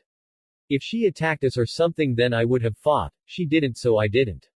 Aizen is my real issue, anyone that gets in the way I just need to get them out of the way. XXX. Hidan looked around to where the three women had led him, so this is Hueco Mundo. He said to himself. Apparently the forest they had been in the entire time was underground. Above ground, the landscape was an endless white desert with countless dunes and no life whatsoever in sight. Man, if it weren't for all of the other hollows to kill, I'd rather stick around in the human world if I had the choice. Yes. Sung Sun said to him as she, Apache, and Mila Rose led him along. You would make a very powerful Arrancar. On par perhaps with Haribel-sama. I agree. The women all stopped as a lone figure walked across the sands in front of them. I see you've found the cause of the stir in the forest of Manos, a powerful Vasto lord. As he got into sight the figure wore a long white open jacket and all white clothing underneath. Aizen-sama. The three women all bowed to him as he drew closer to them all, stopping in front of Hidan. Mila Rose spoke up at this time. Yes, this is Hidan. He wants to meet Baragan. Aizen had an unreadable smile on his face as he appraised the new hollow. For such a hollow to appear out of nowhere like this and exude such power. I'm making all kinds of finds these days. And you would like to meet one of my strongest underlings. Aizen Sosuke. Hidan thought to himself as he felt the urge to stab the man right through the chest. It would be so easy. Uzumaki Brat's job would be over and all I would have to do would be just a little move of my arm. You relish in battle and find nothing better than the throes of combat. Aizen said, pinpointing Hidan's character to a T. You've taken countless lives even as a human and now as a hollow you see no reason to stop. You have no abject morals and no qualms of taking the life of anyone you want. Come with me, and you can engage in battle to your heart's content. Hidan at first didn't say anything. Eventually he merely smirked. My heart's content huh? He began cackling wildly. I can already do that. I'm here in Hueco Mundo, a land with no rules, no regulations, nothing to penalize me for what I do. This is my land. I don't need to work for you, I can already do anything I want. What could you offer me? What could you possibly offer me? Power. I don't want it. I can get my own power. As Hidan continued to rant he could feel Hidan's power increase, and he could also feel an influx coming from somewhere else, somewhere rather close to him. The Haugyoku, is it responding to his will? Does he really feel this strongly about this? The Haugyoku is giving him power. Hidan kept speaking and talking down Aizen's offer. And what will you do if I don't take your offer? Will you kill me? I would love to see you try. Even if you behead me I would keep going without a body and bite your throat out. You can't threaten me, impress any kind of will over me, nothing. Death is not the worst fate possible. I am death. He then reached to his face and grabbed his mask. Oh, and girls, thanks for the tip. With that, he ripped the skull mask off of his face with one fluid motion and the others could only watch as Hidan's body began to transform. Aizen and Haribel's Frashin were now in full retreat as Hidan's manic shrieking laughter rang out from where his transformation took place. Aizen could only clutch the orb he had in his grasp. Was his will actually strong enough to overshadow my own? Who was that? He hadn't even gotten the opportunity to reveal his Shikai to the hollow before he ripped his mask off. That has to be one of the most insane beings I have ever come across. The next time I come into contact with him I must have him join me or destroy him. XXX. Naruto and Yoruichi eventually trailed the path of Hidan's Reiatsu out through the exit that led them above ground, but with a deep change to his power they didn't have time to observe the landscape. Not too long later they found Hidan standing in a massive pit of sand that had been scorched black by his power. Hidan, are you alright? Hidan's appearance was fully human once more, and once more he was completely unclothed. Around his neck was an amulet in the symbol of Jashin that seemed to be comprised of bone. His hollow hole was still in the place of his heart, and in both of his hands were a pair of weapons. In his right hand he held a strange cylindrical instrument and in his left hand he held a large red scythe with 3 blades on it that was attached to his arm by a black coil that snaked around the limb and held the weapon by the bottom. Hidan looked up from his hole in the ground at Naruto and Yoruichi and started laughing lowly. "Yeah, Uzumaki brat, never better," he said as he started climbing out of the hole. "Do you have any gear on you or are you all just going to be graced with my fucking full glory for the time being?" Naruto rolled his eyes and pulled a scroll from his pocket, unsealing some clothes for Hidan that he threw at the man. "I've seen your junk 2 times more than I ever needed to. Get dressed." Hidan put the clothes on and smirked at what Naruto threw him. "Ah, I'm feeling nostalgic again. You kept this stuff." Hidan was given a set of black pants, black sandals, and a black cloak with red clouds on it. "It's a reminder," Naruto said lowly. "You're an Arrancar now." "How?" Hidan chuckled as he finished putting on his clothing. "I met that Aizen guy. He tried to turn me into one of his punk-ass drones like those 3 bitches that bowed to him when he showed up. But I verbally bitch-slapped that motherfucker and ripped my mask off like those other ones told me I had to so I could do this just to prove a point. It hurt like hell." A chuckle came from Yoruichi. "I think that today was a major win for the most part. We know you can get to Hueco Mundo now, and Hidan's an Arrancar. If Aizen has the one that we met on his side, and Hidan said that he had 3 more, we need to be prepared for an army of sorts." Hidan licked his lips in anticipation. "I get an entire world full of foolish hollows to tear apart whenever I want, and I get to fight an army later. Okay, I know I picked the right side this time. And I didn't need them. I doubt they knew Jashin-sama anyway, just trying to sucker me in. As if my god would allow someone like that Aizen pussy to tell him what to do. I tell you what to do," Naruto said, grinning at him with Yoruichi at his side.